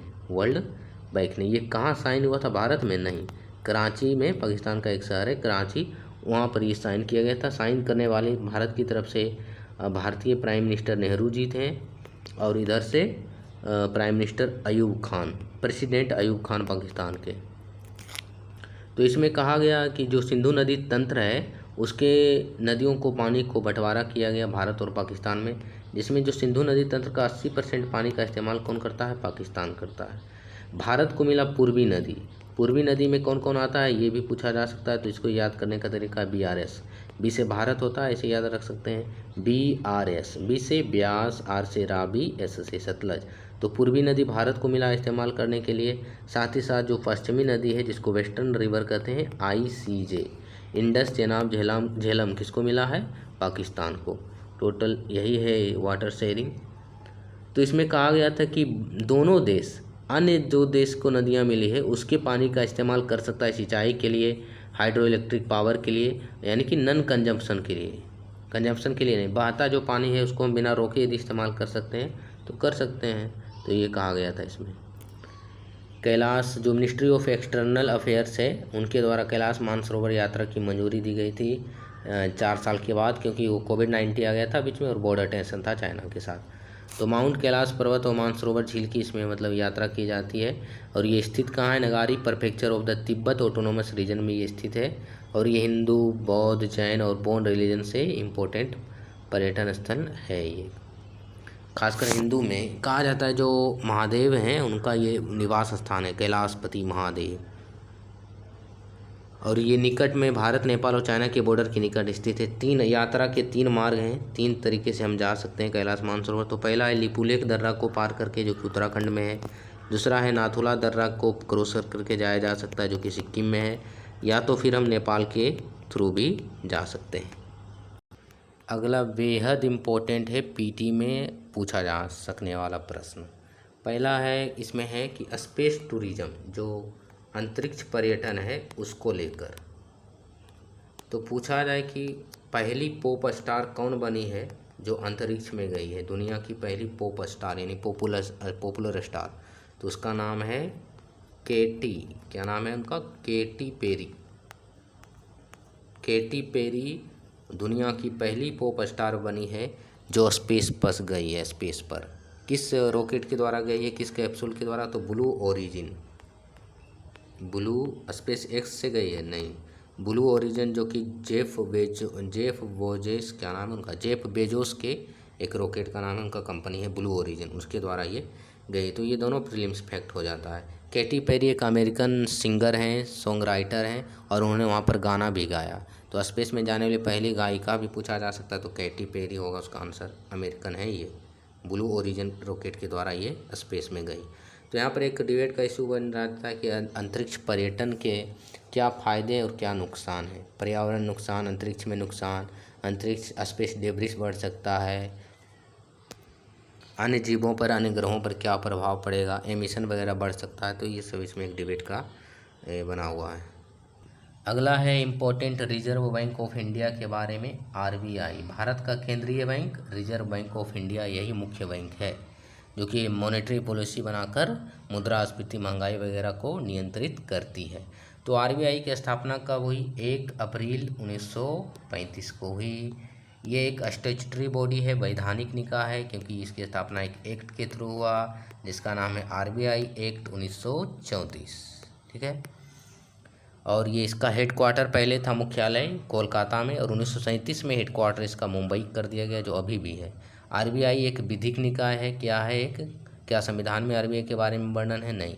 तो आरबीआई एक विधिक निकाय है, स्टैट्यूटरी बॉडी, क्योंकि इसकी स्थापना आरबीआई एक्ट 1934 के तहत हुई। पहला पूछा जाए कि आरबीआई के पहले चेयरपर्सन या अध्यक्ष कौन थे, इंपॉर्टेंट क्वेश्चन हो जाता है ये। तो ओसबॉर्न स्मिथ होगा इसका आंसर। ओसबॉर्न स्मिथ आरबीआई के, ये अंग्रेज़ हैं, ब्रिटिश हैं, पहले अध्यक्ष थे।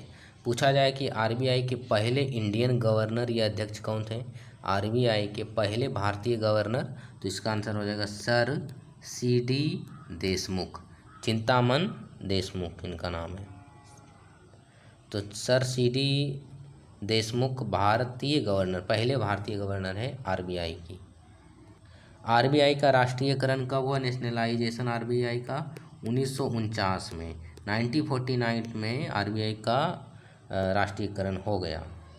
तो आरबीआई का काम है बैंकों का बैंक इसे कहा जाता है, मुद्रा पूर्ति करना, संतुलन मार्केट में एक संतुलित वे में महंगाई वगैरह को नियंत्रण में रखना, सरकार का बैंकर है, बैंकिंग सेवा नियमित करना इसका काम है, मुद्रास्फीति को बैलेंस में रखना, विदेशी मुद्रा भंडार प्रबंधित करना भी इसका काम है। आरबीआई समय समय पर मॉनेटरी पॉलिसी बनाती है, और ये इसका कमेटी एक बनाया जाता है, मॉनेटरी पॉलिसी कमेटी, मौद्रिक नीति समिति, जिसमें 6 सदस्य होते हैं, और ये 6 बार वर्ष में, एक वर्ष में 6 बार बैठते हैं। इसका काम है इंटरेस्ट रेट को बार बार चेंज वगैरह करना महंगाई के अनुरूप। अभी आरबीआई के गवर्नर कौन है, संजय मल्होत्रा हैं। तो मॉनेटरी पॉलिसी के द्वारा, मौद्रिक नीति के द्वारा महंगाई और जो बाज़ार में मूल्य है रुपया, उसका तरलता वगैरह को नियंत्रण किया जाता है कि कितना होना चाहिए रुपया, कि ना तो अधिक महंगाई बढ़े ना तो कम महंगाई हो, बैलेंस में रहे। तो ये आरबीआई समय समय पर करती है, बहुत सारा उसका नियम है, जैसे कि बैंक रेट घटाकर बढ़ाकर भी तरलता को नियंत्रित किया जाता है। तरलता मतलब कि जब मार्केट में अधिक पैसा लोगों के पास आ गया तो बोल सकते हैं तरलता, लिक्विडिटी बढ़ा हुआ है। जब लोगों के पास पैसा नहीं है, जेब खाली है, तो कहेंगे तरलता घट गया है मार्केट में। यानी कि जब लोगों के पास क्रय शक्ति अधिक हो जाती है तो उसमें समय तो कहेंगे तरलता अधिक है मार्केट में। तो ये ज़रूरी हो जाता है, नहीं तो क्या होगा, एक ही व्यक्ति सब सामान खरीद लेगा मार्केट का। तो बैंक रेट क्या होता है, आरबीआई जिस दर पर, जिस इंटरेस्ट दर पर, जिस ब्याज दर पर लॉन्ग टर्म के लिए, दीर्घकालिक अवधि के लिए बिना कोलेटरल का अन्य वाणिज्यिक बैंकों को लोन वगैरह देती है, उधारी देती है, तो उसे बैंक रेट कहते हैं। तो लॉन्ग टर्म इसमें याद रखना है। एक होता है रेपो रेट, रेपो दर, आर रेपो रेट। तो ये रेपो रेट क्या है? जिस दर पर केंद्रीय बैंक यानी आरबीआई अन्य वाणिज्यिक बैंकों को शॉर्ट टर्म के लिए, कम अवधि के लिए उधारी देती है, तो उसे रेपो रेट कहते हैं। एक होता है CRR, कैश रिजर्व रेशियो, नगद आरक्षित अनुपात। सभी बैंकों को, सभी वाणिज्यिक बैंक, चाहे वो PNB हो, पंजाब नेशनल बैंक हो, SBI हो, ग्रामीण बैंक हो, अदर बैंक हो, उसको टोटल डिपॉजिट्स का, उसके बैंक में जितना जमा राशि है उसका कुछ परसेंट RBI के निधि के रूप में, आरक्षित निधि के रूप में रखा जाता है। यदि बैंक डूब गया तो उसको कैसे मैनेज करना है, तो उस कंडीशन में, इसलिए ये CRR रखा जाता है। और एक होता है ओपन मार्केट ऑपरेशन, OMO। ये भी तरलता को नियंत्रण करने के लिए किया जाता है। जब मार्केट में मान लिया जाए पैसे की कमी है, तरलता कमी है, तो उस कंडीशन में RBI क्या करेगी? गवर्नमेंट का सिक्योरिटी खरीदेगी, गवर्नमेंट का सिक्योरिटी खरीदेगी, जिसके एवज में वह पैसा देगी गवर्नमेंट को, तो पैसा फिर वो मार्केट में डिस्ट्रीब्यूट होगा। और यदि तरलता बढ़ा हुआ है मार्केट में, तो क्या करेगी ये? तो ये अपना सिक्योरिटी को बेचेगी RBI सरकार के पास, तो उसमें सरकार पैसा लगाएगी, तो मार्केट से पैसा उसमें चला जाएगा, तरलता घट जाएगा। तो ये सब कुछ प्रोसेस है महंगाई नियंत्रण करने का। अगला एक पूरा रूप है EMI पर कोई सामान खरीदा जाता है। ये क्या है? उसमें मंथली दिया जाता है पैसा, मंथली किस्त। इसको बोलते हैं equated monthly instalment, equated monthly instalment. इसमें एक निश्चित राशि निश्चित अवधि के लिए, जैसे 5 साल 10 साल के लिए, मासिक रूप से कर्ज चुकाने के लिए दिया जाता है। तो EMI का पूरा रूप इक्वेटेड मंथली इंस्टॉलमेंट, समान मासिक किस्त बोल सकते हैं हिंदी में। अगला है नैनो यूरिया। नैनो यूरिया जो ट्रेडिशनल यूरिया है दाना वाला, उससे बेहतर है यूज करने में। इससे पोल्यूशन भी कम होता है, मृदा प्रदूषण कम होता है, और उत्पादन भी ठीक बेहतर होता है। तो नैनो यूरिया के फाउंडर पूछा जाए तो ये भारत के ही हैं, जिनका नाम है रमेश रेलिया। रमेश रेलिया फाउंडर हैं नैनो यूरिया के। केमिस्ट्री में पढ़ना होता है जैव शक्ति का सिद्धांत, वाइटल फोर्स थ्योरी, जिसमें बर्जीलियस साहब ने क्या कहा था? बर्जीलियस ने कहा था कि कभी भी, यानी कि कदापि हम ऑर्गेनिक मैटर से, इनऑर्गेनिक मैटर से, यानी अकार्बनिक यौगिक से कभी भी कार्बनिक यौगिक नहीं बना सकते हैं लैब में, ये पॉसिबल ही नहीं है। यही है जैव शक्ति का सिद्धांत। इस सिद्धांत को गलत ठहराया फ्रेडरिक वोहलर ने 1828 में। इन्होंने लैब में बना दिया यूरिया, वो भी इनऑर्गेनिक कंपाउंड से। वोहलर ने अमोनियम साइनेट, क्या? अमोनियम साइनेट को गर्म कर दिया। क्या किया? गर्म। तो इसका अमोनियम साइनेट का फॉर्मूला होता है NH4CnO, जो कि एक इनऑर्गेनिक कंपाउंड माना जाता है, अकार्बनिक यौगिक। तो आपके मन में प्रश्न होगा कि इसमें कार्बन और हाइड्रोजन दोनों है, तो ये अकार्बनिक क्यों हो गया? तो इसमें कार्बन और हाइड्रोजन साथ साथ नहीं है, एक साथ बॉन्ड नहीं बनाता है, इसलिए इसे अकार्बनिक माना जाता है। तो इसको गर्म करके उन्होंने यूरिया बना दिया, NH2CONH2, जो कि पहली बार लैब में बनाया गया इनऑर्गेनिक चीज़ से ऑर्गेनिक चीज़। तो जैव शक्ति का सिद्धांत गलत साबित हो गया। यूरिया किसने बनाया? बोहलर ने, लैब में। और लैब में बनाया जाने वाला पहला कार्बनिक यौगिक यही है। अभी न्यूज में है नैनो सल्फर। नैनो सल्फर, इसमें टेरी के वैज्ञानिकों ने क्या कहा? टेरी मतलब the energy and resource institute, the energy and resource institute के वैज्ञानिकों। टेरी एक संस्था है जो कि इंडिपेंडेंट है, नॉन प्रॉफिट ऑर्गेनाइजेशन, जो सस्टेनेबल डेवलपमेंट गोल अचीव करने के लिए किन किन कंपाउंडों पर काम करना चाहिए वो सब पर रिसर्च करती है। तो टेरी के वैज्ञानिकों ने नैनो सल्फर की बात विकसित करने की बात कही है, जिसके कारण जो मस्टर्ड है, सरसों का उत्पादन 30 से 40% बढ़ाया जा सकता है। और भारत का जो तिलहन प्रोडक्शन वो कम है, आयात करना पड़ता है, तो उसको भी आत्मनिर्भरता अचीव किया जा सकता है, उसमें भी, तिलहन में भी। कुछ इंडिया का टारगेट देखते हैं। तो भारत का लक्ष्य है, क्या लक्ष्य है? कि 2070 तक, 2070 तक नेट जीरो टारगेट अचीव करना। नेट जीरो कार्बन टारगेट मतलब कि जितना एमिशन होगा कार्बन डाइऑक्साइड का उतना एब्जॉर्प्शन भी हो जाएगा, तो बैलेंस हो गया, उसी को नेट जीरो बोलते हैं। भारत का लक्ष्य 2030 तक 500 गीगावाट, कितना 500 गीगावाट नॉन फॉसिल से एनर्जी प्राप्त करना है, गैर जीवाश्मीय एनर्जी, जैसे कि पवन चक्की से, सौर ऊर्जा से, हाइडल पावर से, न्यूक्लियर पावर से। भारत का लक्ष्य है कि न्यूक्लियर एनर्जी परमाणु ऊर्जा को 100 गीगावाट परमाणु ऊर्जा को 2047 तक अचीव करना। तो ये तीनों टारगेट ध्यान में रखना है। भारत का पहला राज्य बना महाराष्ट्र, ये ध्यान में रखना है, जिसने MOU साइन किया है। रूस की कंपनी है एक रोसाटम, जो रूस की एक रूस की परमाणु ऊर्जा कोऑपरेशन कंपनी है, तो उसके साथ साइन किया। किसके लिए? SMR के लिए, स्मॉल मॉड्यूलर रिएक्टर, जिसका प्रयोग परमाणु ऊर्जा में किया जाता है। तो महाराष्ट्र ने साइन किया है thorium based small modular reactor के लिए। भारत का कौन सा हॉस्पिटल है जिसने पहली बार भारत में 3D सूक्ष्मदर्शी या 3D माइक्रोस्कोप का प्रयोग किया है इलाज करने के दौरान? तो 3D माइक्रोस्कोप का प्रयोग किया है आर्मी हॉस्पिटल। किसने? आर्मी हॉस्पिटल न्यू दिल्ली ने। आर्मी हॉस्पिटल न्यू दिल्ली ने पहली बार 3D माइक्रोस्कोप का यूज किया। किसके लिए? ग्लूकोमा का सर्जरी करने के लिए। ग्लूकोमा आई से संबंधित डिजीज होता है, तो ग्लूकोमा की सर्जरी के लिए 3D माइक्रोस्कोप का यूज किया, ताकि जो मिनिमल इन्वेसिव सर्जरी हो, चीड़ फाड़ ज़्यादा ना हो। तो किसने किया? आर्मी हॉस्पिटल न्यू दिल्ली ने। अगला है चेस्ट। क्या है ये चेस्ट? CHASTE, chest. तो इसका पूरा रूप होता है चंद्राज सरफेस थर्मोफिजिकल एक्सपेरिमेंट।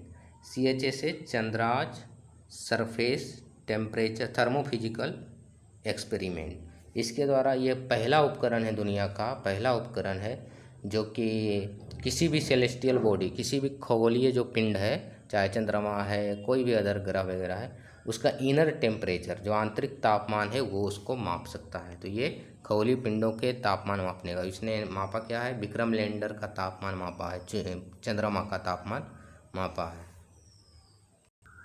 अगला है किसने प्रोजेक्ट क्यूपर के तहत 27 सैटेलाइट को लॉन्च किया अप्रैल महीना में? तो इसका आंसर हो जाएगा गूगल, नहीं, अमेजन। अमेजन ने प्रोजेक्ट क्यूपर के तहत प्रोजेक्ट क्यूपर के तहत 27 सैटेलाइट को पृथ्वी के लो अर्थ ऑर्बिट में लॉन्च किया है, जिसका उद्देश्य है globally high speed internet provide करना। तो प्रोजेक्ट क्यूपर का अर्थ है कि लो अर्थ ऑर्बिट में बहुत सारा सैटेलाइट लॉन्च करना, ताकि हाई स्पीड इंटरनेट पूरे विश्व को प्राप्त हो सके। अगला है James Webb space telescope. James Webb space telescope, James Webb space telescope एक दूरबीन है, बहुत ही लार्जेस्ट मोस्ट एडवांस टेक्नोलॉजी पर आधारित इंफ्रारेड स्पेस ऑब्जर्वेटरी है, जिसका उद्देश्य है पृथ्वी का अध्ययन करना, स्पेस में जो सेलेस्टियल बॉडी उसको अध्ययन करना, गैलेक्सी का अध्ययन करना, एक्सोप्लैनेट का। ये लॉन्च किया गया था दिसंबर 2021 में नासा के द्वारा, दिसंबर 2021 में नासा के द्वारा, और इसको सहयोग किया था यूरोपीय स्पेस एजेंसी USA और कनाडियन स्पेस एजेंसी ने। तो अभी पता क्या चला है अप्रैल मंथ में कि जेम्स वेब स्पेस टेलीस्कोप के द्वारा देखा गया एक एक्सोप्लैनेट बहिर्ग्रह, जो हमारे सौरमंडल के अतिरिक्त अंतरिक्ष में जो ग्रह है उसको एक्सोप्लैनेट या बहिर्ग्रह कहते हैं। उसका नाम क्या दिया गया? K2-18b, K2-18b। तो पूछा जाएगा न्यूज में था K2-18b क्या है, सैटेलाइट है क्या? नहीं, एक्सोप्लैनेट है, ये बहिर्ग्रह है जो हमारे सौरमंडल के परे पाया जाता है। इसमें क्या पता चला? 2 गैस का पता चला जेम्स वेब स्पेस टेलीस्कोप के माध्यम से, जिसका नाम है डाईमिथाइल सल्फाइड और डाईमिथाइल डाईसल्फाइड। तो ये दोनों गैस वहाँ के वायुमंडल में पता चला, और ये दोनों गैस जनरली जो सूक्ष्मजीव होते हैं, समुद्री सूक्ष्मजीव, उसके द्वारा ये एमिट होते हैं। तो इसका मतलब है कि वहाँ पर मेराइन जीव है, तभी तो ये गैस आया। तो यहाँ पर पॉसिबल है कि बायो सिग्नेचर जीवन का मतलब संभावना ऐसा पहली बार दिखा है किसी सौरमंडल के बाहर के ग्रह पर। अगला है एक प्रख्यात विख्यात प्रसिद्ध साइंटिस्ट शिक्षाविद का मौत हो गया अप्रैल मंथ में। उनका नाम है डॉक्टर के कस्तूरीरंगन। डॉक्टर के कस्तूरीरंगन, जिनका योगदान स्पेस सेक्टर में एजुकेशन पॉलिसी में जो नेशनल एजुकेशन पॉलिसी 2020 बनाया गया वो किनके रिकमेंडेशन पर बनाया गया, इन्हीं के जो कमीशन बनाया गया था उसके चेयर यही थे डॉक्टर के कस्तूरीरंगन। वो इसरो के पूर्व अध्यक्ष भी रह चुके हैं। सैटेलाइट वगैरह लॉन्च करने में इनका योगदान रहा, स्पेस के इंडिया के स्पेस टेक्नोलॉजी को एडवांस करने में इनका योगदान रहा। इन्हें पद्म श्री, भूषण विभूषण तीनों मिल चुका है। भारत का पहला एक्सपेरिमेंटल उपग्रह लॉन्च किया गया था जिसका नाम था आर्यभट्ट। क्या नाम था? आर्यभट्ट। एक गणितज्ञ थे, 5वीं शताब्दी के भारत के प्रमुख गणितज्ञ थे, खगोलविद भी थे। इन्हीं के नाम पर ये लॉन्च किया गया। और ये कहाँ से लॉन्च किया गया था? 19 अप्रैल को 1975 को सोवियत कोसमोस 3M रॉकेट के द्वारा, रूस का एक साइट है वहीं से लॉन्च किया गया था। और फिर आगे भविष्य में 2 रुपये का जो नोट पहले चलता था पुराना, उसमें आर्यभट्ट उपग्रह को फिगराइज किया गया था। अगला है नाविका सागर परिक्रमा 2। नाविका सागर परिक्रमा 2 पहला इसका सीरीज 2017-18 में पूरा हो गया था। उसमें 6 महिला अधिकारी थी। इसका उद्देश्य है कि इंडियन नेवी के द्वारा ये मिशन चलाया जाता है, भारतीय नौसेना के द्वारा, जल सेना के द्वारा। तो जल सेना या नौसेना एक ही बात हुआ। इंडियन नेवी के द्वारा ये मिशन स्टार्ट किया गया था। ये INSV जो पोत है तारिणी के द्वारा स्टार्ट किया गया। इसका उद्देश्य है केवल 2 महिलाएं पूरे विश्व की परिक्रमा करेगी, विश्व के महासागरों की परिक्रमा करेगी। और उसका महिला का नाम है लेफ्टिनेंट कमांडर दिलना के, ये भी नाम याद रखना है, दिलना के। और दूसरी महिला का नाम है लेफ्टिनेंट कमांडर रूपा ए। ये दोनों मिलकर विश्व की परिक्रमा कर रही है। इसका उद्देश्य है कि वुमेन एम्पावरमेंट को दिखाना कि वो मैरीटाइम पार्टिसिपेशन में भी भाग ले रही है। अगला है प्रोजेक्ट वर्षा। क्या है प्रोजेक्ट वर्षा? वर्षा का पूर्वानुमान से संबंधित है? नहीं। तो ये इंडियन नेवी के द्वारा स्टार्ट किया गया प्रोजेक्ट है। इसके तहत भारत के जो पनडुब्बी है, जिसे सबमरीन कहते हैं, सबमरीन को न्यूक्लियर पावर पर चलाने की अनुशंसा की गई, यानी कि न्यूक्लियर पावर सबमरीन बनाने की घोषणा प्रोजेक्ट वर्षा का उद्देश्य है। भारत का पहला न्यूक्लियर पावर्ड सबमरीन का नाम है अरिहंत। दूसरा nuclear powered ballistic missile submarine का नाम है अरिघाट। अगला है भारत का जो बेंगलुरु वेस्ट कंपनी है QPI ने भारत का पहला India's first full stack quantum computer बनाया है जो 25 क्यूबिट का है। कितना? 25 क्यूबिट का। किसने बनाया? QPI बेंगलुरु वेस्ट, जो कि नेशनल क्वांटम मिशन के अंतर्गत काम करती है। हर साल 22 अप्रैल को, कब? 22 अप्रैल को पृथ्वी दिवस मनाया जाता है, अर्थ डे। तो इस बार का अर्थ डे का थीम क्या था? आवर पावर आवर प्लानेट, हमारी शक्ति हमारा ग्रह। इसमें बेसिकली जो पर्यावरण के संरक्षण पर फोकस किया जाता है, ग्रह को कैसे बचाना है, SDG गोल कैसे अचीव करना है, रिन्यूएबल सोर्स एनर्जी कैसे ज़्यादा से ज़्यादा यूज करना है। ओडिशा के गवर्नमेंट ने सिमलीपाल टाइगर रिजर्व को नेशनल पार्क की घोषणा की है। और इस तरह यह भारत का 107वां नेशनल पार्क हो गया और ओडिशा का सेकेंड नेशनल पार्क हो गया। ओडिशा का पहला नेशनल पार्क है Bhitarkanika national park. Simlipal tiger reserve Mayurbhanj जिला में है, ओडिशा के मयूरभंज जिला में। अगला है कैप्चा का फुल फॉर्म क्या होता है? ये भी पूछा जा सकता है, न्यूज में था। तो कैप्चा का पूरा रूप होता है C से completely automated public Turing test to tell computers and human apart. Completely automated public Turing test to tell computers and human apart.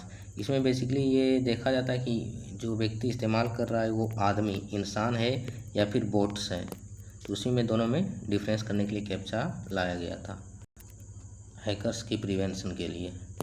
Dandi मार्च के द्वारा गांधी जी ने नमक कानून तोड़ा था। दांडी मार्च, जिसे साल्ट मार्च भी कहते हैं, नमक, ये 24 दिन तक चला था यात्रा। कितना दिन तक? 24 दिन तक। ये भी क्वेश्चन बहुत बार पूछा जा चुका है।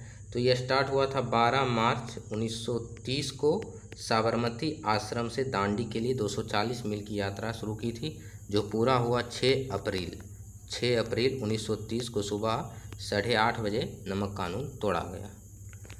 अप्रैल मंथ में ही लोकतंत्र के मंदिर ने रचा इतिहास, यानी कि जो संसद है उसमें सबसे लंबे 17 घंटे तक लगातार बैठक चली। कितना? 17 घंटा। इसमें जो संसद की जो बैठक होती है जनरली सुबह 11 बजे से शाम 6 बजे तक होती है, लेकिन 3 अप्रैल को सुबह 11 बजे स्टार्ट हुआ और वो चला अगले दिन यानी 4 अप्रैल के सुबह 4:02 तक, यानी 17 घंटा बैठक चली।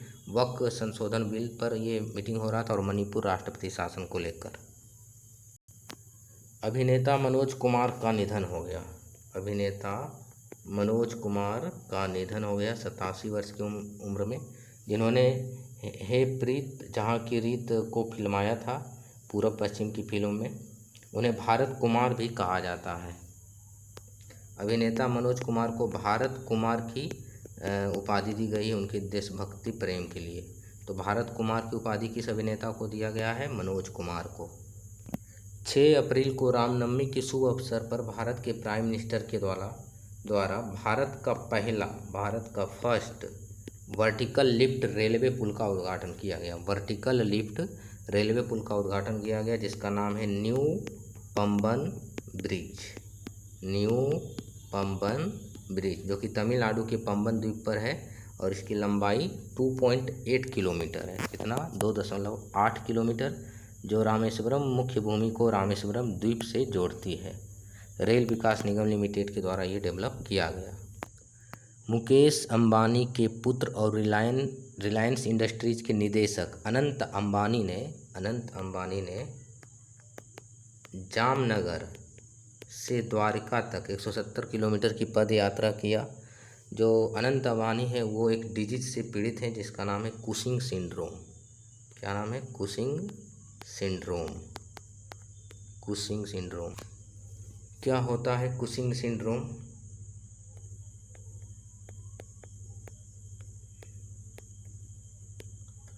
तो ये हाइपर कोर्टिसोलिज्म भी बोलते हैं इसको। कुशिंग सिंड्रोम को हाइपर कोर्टिसोलिज्म, जब शरीर में अधिक कोर्टिसोल हार्मोन अधिक हो जाता है, यानी कि हार्मोन इम्बैलेंस रोग है ये। कोर्टिसोल हार्मोन को स्ट्रेस हार्मोन भी कहते हैं। ये शरीर में बढ़ता है तो स्ट्रेस बढ़ता है। तो सबसे बड़ा कारण इसमें पिट्यूटरी ट्यूमर माना जाता है इसका। कोर्टिसोल हार्मोन स्रावित एड्रिनल ग्रंथि से होता है। कितना हार्मोन बनाना इसको रेगुलेट करता है? Pituitary gland. Cortisol hormone stress को नियंत्रित करता है, मेटाबॉलिज्म, बीपी, इन्फ्लेमेशन को रेगुलेट करता है। न्यूज में था हेडियन प्रोटोक्रस्ट। हेडियन प्रोटोक्रस्ट क्या है? तो हेडियन प्रोटोक्रस्ट जब पृथ्वी बन रहा था 4.6 बिलियन वर्ष पहले की बात है। उस समय पृथ्वी का सबसे बाहरी आवरण को, आउटर लेयर को हेडियन प्रोटोक्रस्ट कहा जाता था। हेडियन प्रोटोक्रस्ट में जब पृथ्वी बन रहा था तो उसी के बाहरी लेयर को कहते थे।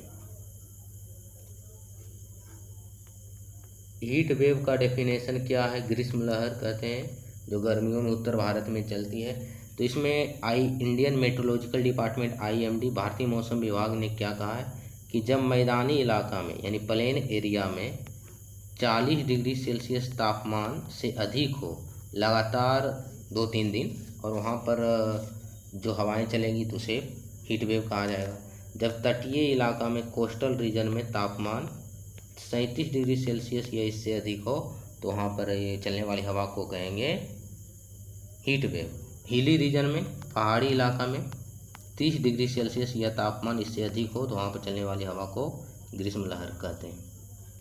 कोल्ड वेव किसे कहते हैं? शीतलहर, जो विंटर में चलता है, कोल्ड वेव, शीतलहर। तो ये प्लेन एरिया में, समतल यानी मैदानी इलाका में जब मिनिमम टेम्परेचर 10 डिग्री सेल्सियस से कम हो जाता है लगातार 3 दिन तक, तो वहाँ कोल्ड वेव हो जाता है। हिली रीजन में 0 डिग्री सेल्सियस से कम हो जाता है 3 दिन लगातार, तो उसे कोल्ड वेव कहते हैं। कोस्टल रीजन में 15 डिग्री सेल्सियस से कम हो जाता है, तो उसे कोल्ड वेव कहते हैं। किस पुलिस ने, किस राज्य की पुलिस ने? तो गुजरात पुलिस ने। गुजरात पुलिस ने एक पहल स्टार्ट किया जिसे जीपी दृष्टि पहल कहते हैं। जीपी दृष्टि, जीपी मतलब गुजरात पुलिस, दृष्टि पहल। इसके द्वारा गुजरात पुलिस पुलिसिंग करेगी, निगरानी करेगी ड्रोन के माध्यम से। किसके माध्यम से? ड्रोन के माध्यम से। एक टर्म है इकोनॉमिक्स का, स्टैगफ्लेशन। स्टैगफ्लेशन क्या होता है? स्टैगफ्लेशन जब किसी इकोनॉमी में वैसा कंडीशन, जब एक ही साथ साइमल्टेनियसली स्लो ग्रोथ हो, विकास दर कम हो, बेरोजगारी दर बहुत अधिक हो, इकोनॉमिक चैलेंजेस बहुत सारा हो, तो उसको बोलते हैं स्टैगफ्लेशन। जयाश्री महाबोधि वृक्ष कहाँ है? डायरेक्टली पीटी में पूछा जा सकता है।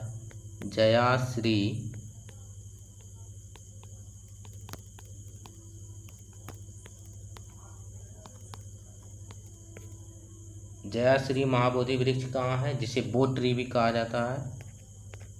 बोध ट्री या फिर बोधि ट्री। ये श्रीलंका के अनुराधापुर में स्थित है, गौतम बुद्ध से संबंधित है। कहा जाता है ये गया के जो बोधि वृक्ष है, पीपल का वृक्ष, उसी का वंशज है। सबसे पुराना मानव रोपित वृक्ष इसी को माना जाता है। सबसे पुराना मानव के द्वारा रोपा गया वृक्ष कौन है? जयाश्री महाबोधि वृक्ष। सबसे पुराना मानव के द्वारा रोपा गया वृक्ष, पेड़ का नाम बताइए। जयाश्री महाबोधि वृक्ष कहाँ है? ये श्रीलंका के अनुराधापुर में। माना जाता है कि 288 BC में इसे प्लांटेड किया गया था किंग देवानम पियेतिस के द्वारा। किसके द्वारा?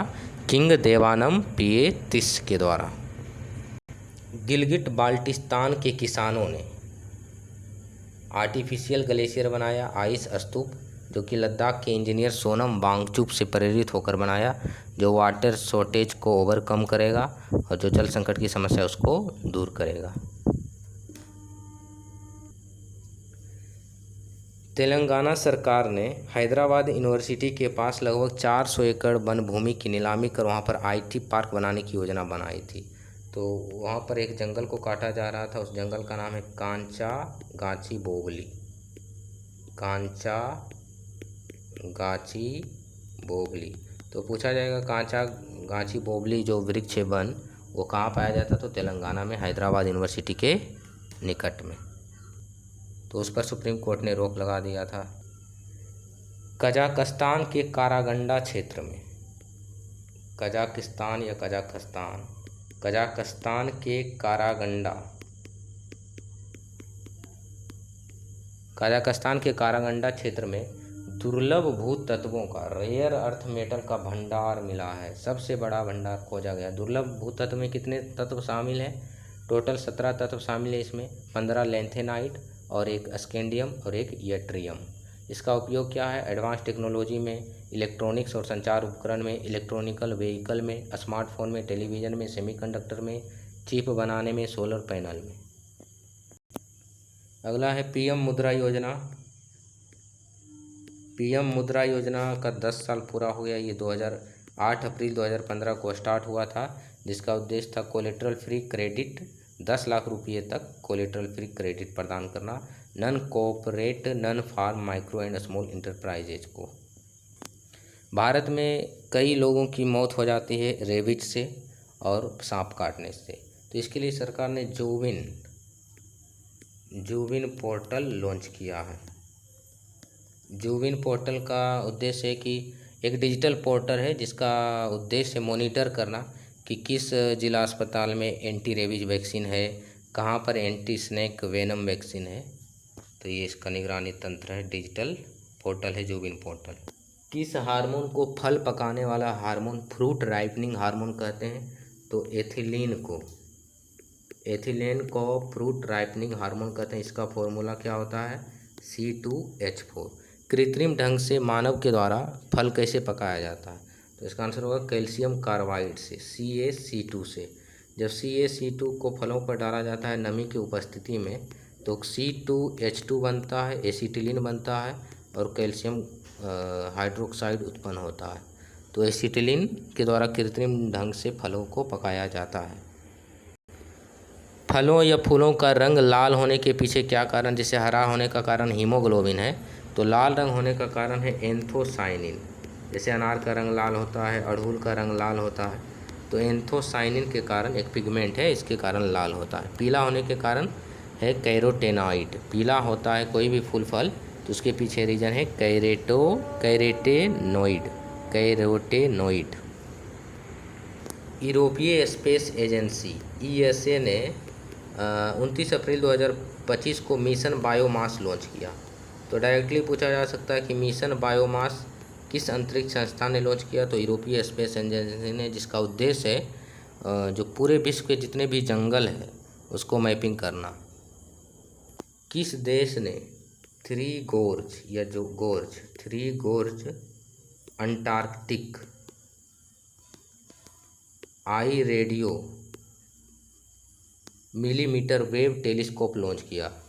किस देश ने three gorge Antarctic eye radio millimetre wave launch किया? तो चीन ने, जिसका उद्देश्य है स्टडी करना कि तारे का निर्माण कैसे होता है, तारे बनते कैसे, तो स्टार फॉर्मेशन का अध्ययन करना इसका उद्देश्य है। क्रिस्पर-Cas9 का प्रयोग करके डायर उल्फ, एक भेड़िया है, उसको पुनर्जीवित किया गया। क्रिस्पर-Cas9 टेक्नोलॉजी के द्वारा, जो कि जीन एडिटिंग टेक्नोलॉजी है, उसके द्वारा डायर उल्फ भेड़िया को पुनर्जीवित किया गया। डायर उल्फ भेड़िए की बात करें तो ये 12,500 साल पहले विलुप्त हो गया था। यह उत्तरी अमेरिका में रहता था, नॉर्थ अमेरिका इसका नेटिव था। और अमेरिकी कंपनी क्लोजल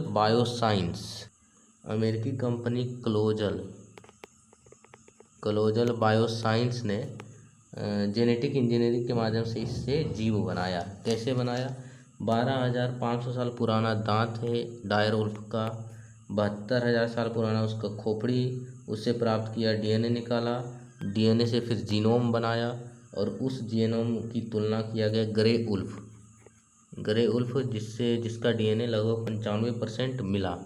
डीएनए बदलाव करने के बाद भ्रूण एम्ब्रियो को एक फीमेल डॉग में, सरोगेट डॉग में रखा गया। अक्टूबर 2024 में उस डॉग ने 3 पप्स को जन्म दिया, जिसमें दो नर पप्स हैं, जिसका नाम है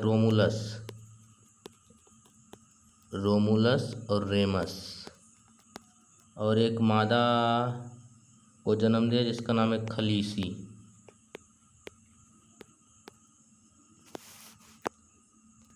जीन एडिटिंग टेक्नोलॉजी के द्वारा किसी भी जीन को जो क्षतिग्रस्त जीन है उसको डिलीट किया जा सकता है, अन्य जीन को एडिट किया जा सकता है, डाला जा सकता है, इंसर्ट किया जा सकता है और उसको मॉडिफाई करके नया जीन बनाया जा सकता है। किस राज्य ने अप्रैल 2025 में जॉइंटली नीलगिरी तार एक जीव है, नीलगिरी तार का सेंसस करवाया, उसका गणना करवाया? तो तमिलनाडु और केरल। तमिलनाडु और केरल 2 ऐसे राज्य हैं जो जॉइंटली यानी संयुक्त रूप से नीलगिरी तार का गणना करवाया। और नीलगिरी तार तमिलनाडु का राजकीय पशु यानी स्टेट एनिमल है। तमिलनाडु का स्टेट एनिमल राजकीय पशु नीलगिरी तार है, जबकि केरल का स्टेट एनिमल इंडियन एलिफेंट है, भारतीय हाथी। नीलगिरी तार का सबसे अधिक पॉपुलेशन इराविकुलम नेशनल पार्क में पाया जाता है, जो कि केरल में है, और ये केरल का पहला नेशनल पार्क है, Eravikulam national park. Largest population यही है। IUCN के लिस्ट में नीलगिरी तार को इंडेंजर्ड कैटेगरी में रखा गया। प्रोजेक्ट नीलगिरी तार स्टार्ट किया तमिलनाडु ने 2022 में। दुनिया का सबसे ऊंचा पुल, वर्ल्ड्स हाईएस्ट ब्रिज का नाम, जिसका हाइट है 2050 फीट, ये चीन में है जिसका नाम है Huajiang grand canyon bridge. Huajiang grand canyon bridge. Huajiang grand canyon bridge कहाँ है? चीन में। दुनिया का सबसे ऊंचा पुल है चीन के गुइझोउ प्रांत में। चीन के गुइझोउ प्रांत में है। तहव्वुर राणा कौन है? ये तहव्वुर राणा, ये भारत में इसका प्रत्यर्पण हुआ। मुंबई आतंकी हमले का मास्टरमाइंड है। मुंबई आतंकी हमला कब हुआ था? 26/11 कहा जाता है। 26 नवंबर 2008 को मुंबई आतंकी हमला 26 नवंबर 2008 को हुआ था, जिसमें उसमें जो आतंकी था तहव्वुर राणा था। तो तहव्वुर राणा को NIA कोर्ट में प्रत्यर्पण हुआ। NIA मतलब नेशनल इन्वेस्टिगेशन एजेंसी। यह central counter terrorism law enforcement agency है, केंद्रीय, जो आतंकवाद विरोधी काम करती है। 2008 में 26/11 हमले के बाद ये बनाया गया था। इसका उद्देश्य आतंकवाद, नेशनल सिक्योरिटी थ्रेट को दूर करना। हेडक्वार्टर इसका न्यू दिल्ली है। मिनिस्ट्री ऑफ होम अफेयर्स, गृह मंत्रालय के अधीन ये काम करती है। NIA एक वैधानिक निकाय है, स्टैट्यूटरी बॉडी है, यानी कि इसको बनाया गया एक एक्ट के माध्यम से, जिस एक्ट का नाम है NIA एक्ट 2008। विश्व का पहला 3D प्रिंटेड ट्रेन, वर्ल्ड का पहला फर्स्ट 3D प्रिंटेड ट्रेन कहाँ पर ये चलाया गया? जापान में। ट्रेन स्टेशन है जापान में, एरिडा टाउन में, जापान के एरिडा टाउन में स्टेशन का नाम है हैट सुशीमा स्टेशन। तो विश्व का पहला 3D प्रिंटेड ट्रेन स्टेशन का नाम जापान में है हैट सुशीमा ट्रेन स्टेशन। साहिबी नदी किसकी सहायक नदी है? तो साहिबी नदी यमुना की सहायक नदी है।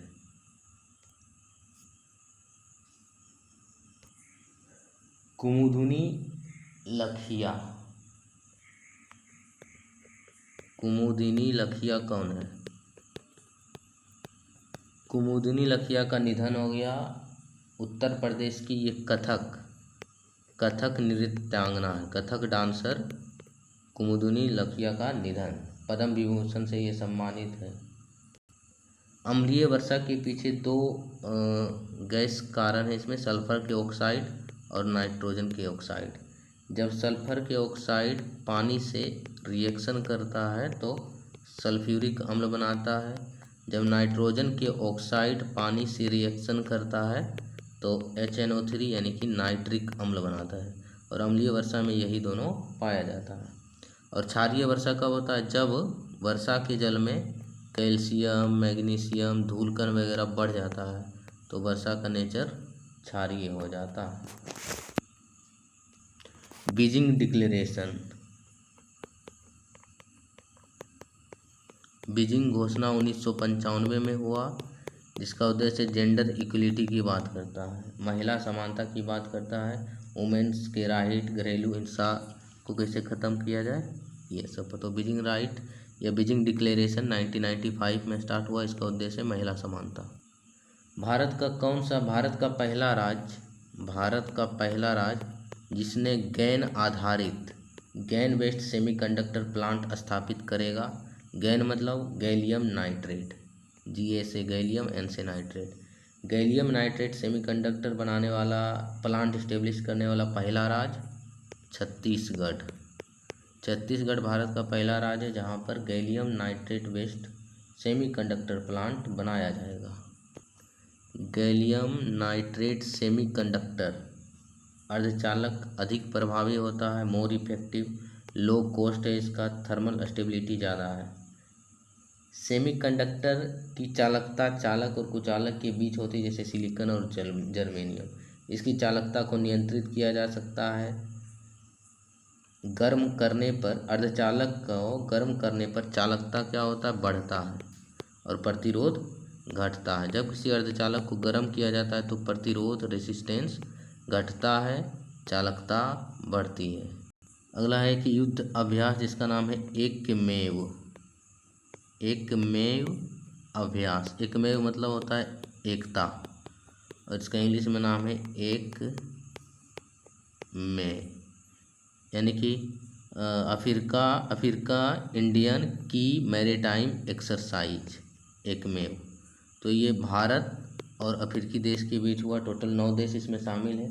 होस्टेड, कहाँ पर इसका आयोजन हुआ? तंजानिया में दार ए सलाम में।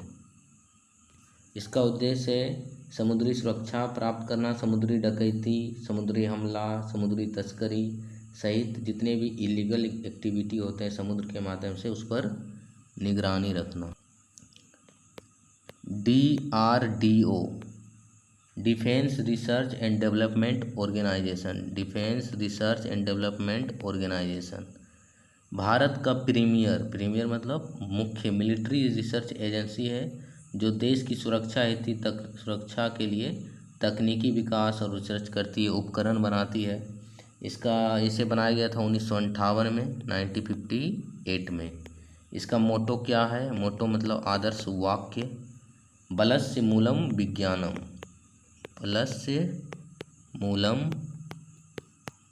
विज्ञानम, यानी कि बल का मूल विज्ञान है। यह रक्षा मंत्रालय का रिसर्च एंड R&D विंग है। बेल्जियम में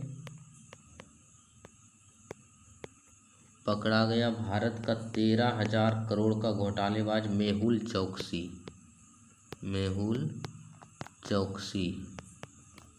जो कि भारत के रत्न और आभूषण उद्योगपति नीरव मोदी का ये भांजा है, और दोनों मिलकर पंजाब नेशनल बैंक से हजारों करोड़ रुपए की धोखाधड़ी किया है। OPD का पूरा रूप क्या होता है? Out patient department.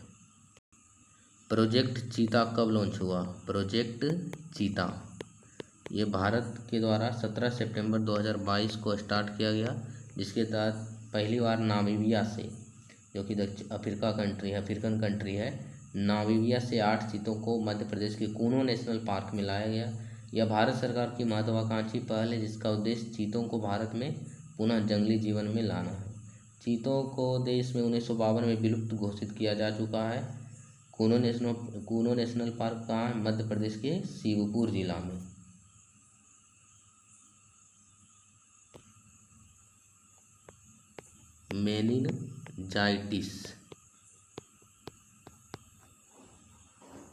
मेनिनजाइटिस क्या है? Inflammation of the protective membrane covering of brain, यानी कि जो मस्तिष्क है और स्पाइनल कोड है, उसके जो झिल्ली है, प्रोटेक्टिव झिल्ली, सुरक्षात्मक आवरण, उसमें इन्फ्लामेशन, सूजन हो जाता है, तो उसको मेनिनजाइटिस बोलते हैं।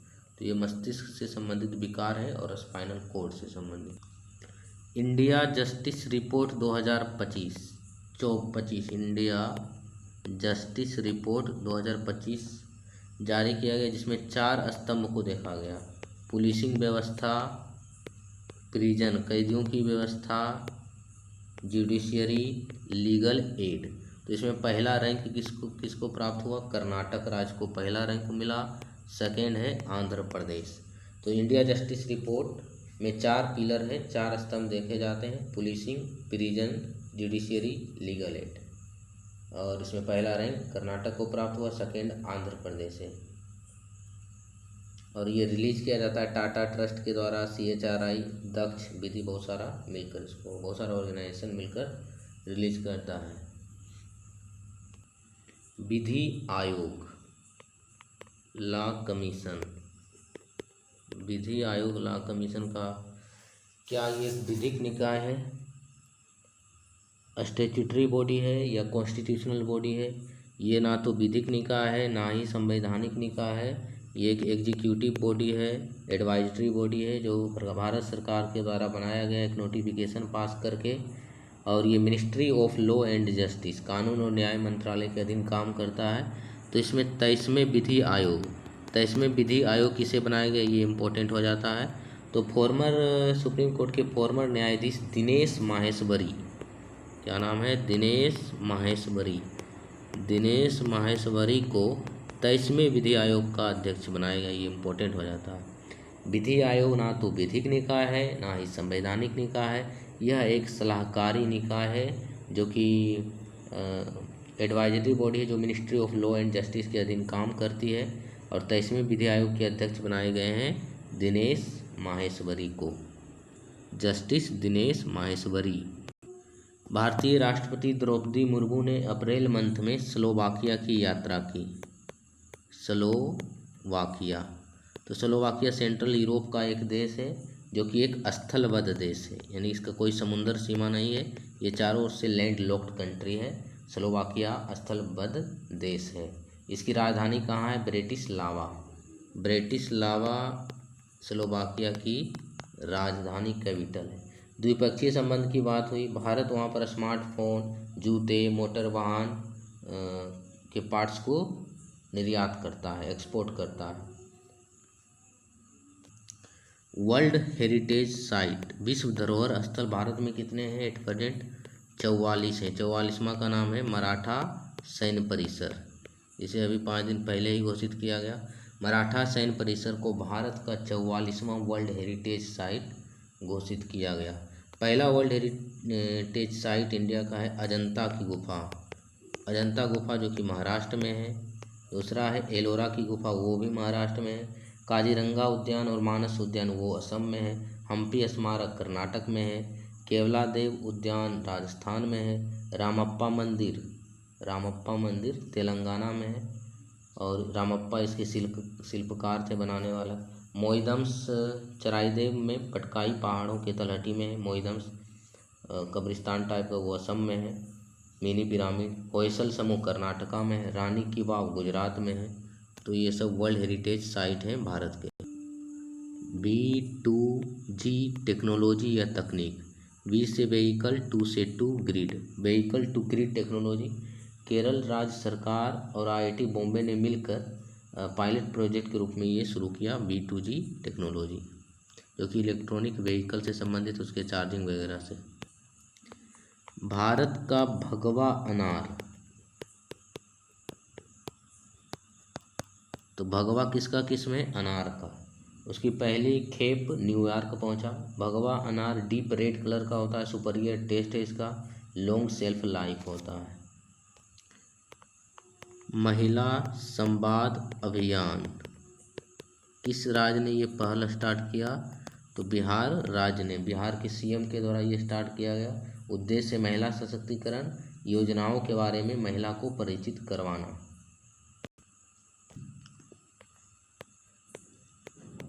अरल सागर,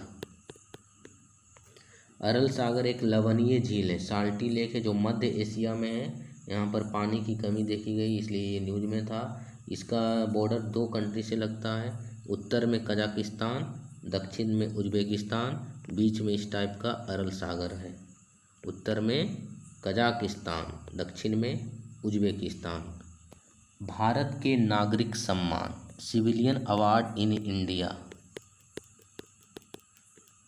तो सबसे उच्च हाईएस्ट सिविलियन अवार्ड, सर्वोच्च नागरिक सम्मान है भारत रत्न। भारत का सर्वोच्च नागरिक सम्मान भारत रत्न है। उसके बाद पद्म विभूषण है, पद्म विभूषण। उसके बाद पद्म भूषण और सबसे लास्ट में पद्म श्री। तो ये 4 अवार्ड हैं भारत के नागरिक सम्मान।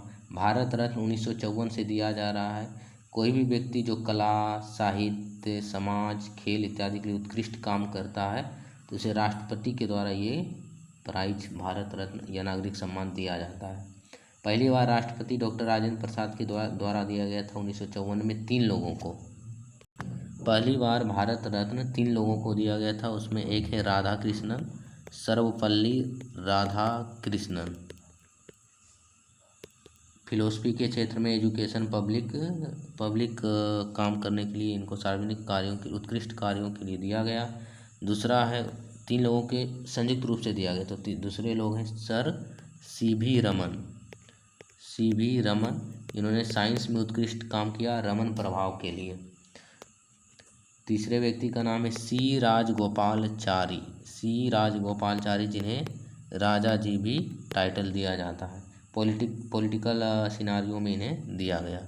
तो इन 3 लोगों को पहली बार भारत रत्न मिला।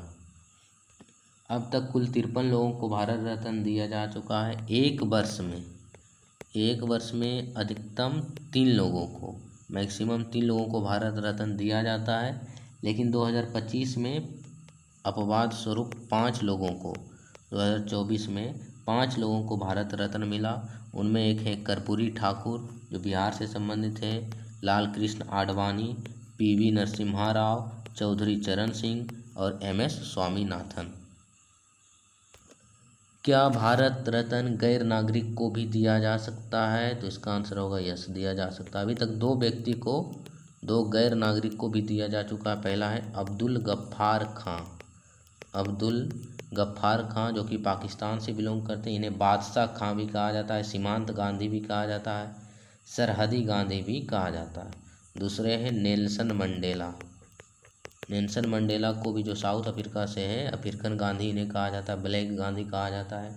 इन्हें भी भारत रत्न मिला है। भारत रत्न में कोई भी मॉनेटरी ग्रांट नहीं दिया जाता, यानी इसमें पैसा नहीं दिया जाता, पुरस्कार मेडल दिया जाता है। हिमाचल प्रदेश के चूड़धार मंदिर, तो चूड़धार मंदिर कहाँ है? ये हिमाचल प्रदेश में चूड़धार पर्वत पर।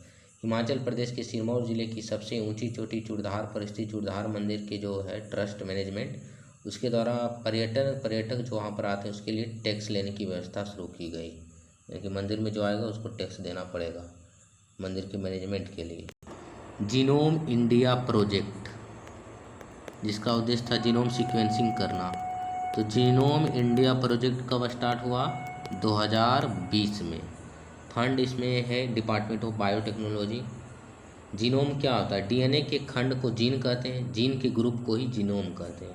जीनोम सीक्वेंसिंग मतलब जीनोम को स्ट्रक्चरल पैटर्न का बिहेवियर देखना कि स्ट्रक्चर पैटर्न किस प्रकार का है जीनोम, और यदि ये पता चलता है तो मेडिसिन भी उस टाइप का टारगेटेड मेडिसिन बनाया जा सकता है। 5 लोग हैं तो 5 लोगों का जीन अलग अलग टाइप का उसका स्ट्रक्चर होगा, उसी के आधार पर मेडिसिन भी दिया जाएगा। और अभी तक 10,000 लोगों का लगभग जीनोम सीक्वेंसिंग पूरा किया जा चुका है। कितना? 10,000 लोगों का। पोप फ्रांसिस का निधन, अप्रैल मंथ में पोप फ्रांसिस ईस्टर मंडे की सुबह उन्होंने अंतिम सांस लिया। रोमन कैथोलिक चर्च के प्रथम लैटिन अमेरिकी पोप, रोमन कैथोलिक चर्च के पहला लैटिन अमेरिकी पोप फ्रांसिस का निधन हो गया। इनको डबल निमोनिया हो गया था।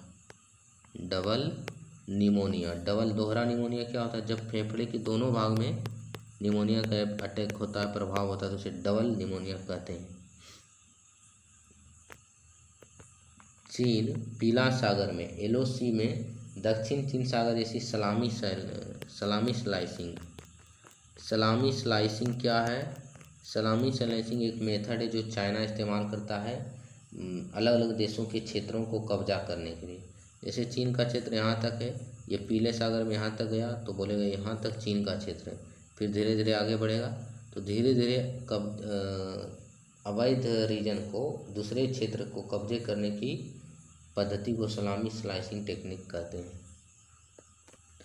भारत का पहला क्वांटम कंप्यूटिंग विलेज का नाम है अमरावती, जो कि आंध्र प्रदेश में है। सेंजाओ 20 मिशन किसने स्टार्ट किया? चीन ने। इसमें 3 एस्ट्रोनॉट गए। कहाँ पर? चीन का एक स्पेस स्टेशन है अपना पर्सनल, जिसको बोलते हैं टियांगोंग स्पेस स्टेशन। तो टियांगोंग स्पेस स्टेशन किसका है? चाइना का। सिलीगुड़ी कॉरिडोर या फिर चिकन नेक भी इसे कहा जाता है। ये पश्चिम बंगाल के उत्तरी भाग में स्थित है। सक्रिय भूमि है जो इंडिया के मेन लैंड को नॉर्थ ईस्ट स्टेट से कनेक्ट करती है। ये 20 से 2200 किलोमीटर चौड़ा है। यहाँ पर है, इस प्रकार इंडिया का मानचित्र है तो बंगाल का रीजन है, यहाँ पर है ये चिकन नेक। तो इससे नेपाल बांग्लादेश और भूटान बॉर्डर शेयर करती है। सूडान जो कि एक अफ्रीका देश है, अफ्रीकी नेशन है, इसकी राजधानी कहाँ है? खार्तूम। सूडान की राजधानी खार्तूम। सूडान में स्थित माइसीटोमा रिसर्च सेंटर पूरी तरह से ध्वस्त हो गया सिविल वार के कारण, गृह युद्ध के कारण। पूरे विश्व में यह एकमात्र स्टडी था माइसीटोमा रिसर्च सेंटर का। माइसीटोमा एक बैक्टीरिया या फंगल इन्फेक्शन है जो कि स्किन को प्रभावित करता है। पहलगाम अटैक कब हुआ? 22 अप्रैल। बंगाल के समुद्री पर्यटन शहर दीघा में पुरी के तर्ज पर जो जगन्नाथ मंदिर है वहाँ पर नवनिर्मित जगन्नाथ मंदिर के कपाट खोले गए हैं। तो यहाँ पर भी बनाया गया बंगाल के पर्यटन शहर दीघा में। पुरी में जो जगन्नाथ मंदिर है उड़ीसा में, उसी के तर्ज पर। भारत के परमाणु कार्यक्रम का जनक डॉक्टर होमी जहांगीर भाभा के साथ काम करने वाले परमाणु ऊर्जा कार्यक्रम की कमान संभालने वाले वैज्ञानिक श्रीनिवासन का निधन हो गया। तो जहांगीर भाभा के साथ युवा श्रीनिवासन भारत के पहले परमाणु अनुसंधान रिएक्टर, जिसका नाम है अप्सरा, के निर्माण में उन्होंने महत्वपूर्ण भूमिका निभाई थी।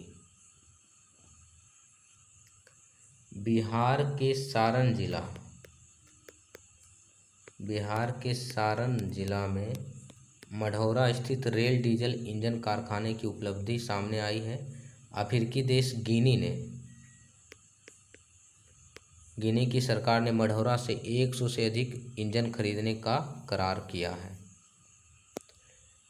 भारत का कौन सा शहर भिखारी मुक्त शहर बना है? इंडिया का फर्स्ट बेगर फ्री सिटी, तो इंदौर भारत का पहला शहर है जो फर्स्ट बेगर फ्री सिटी बना है।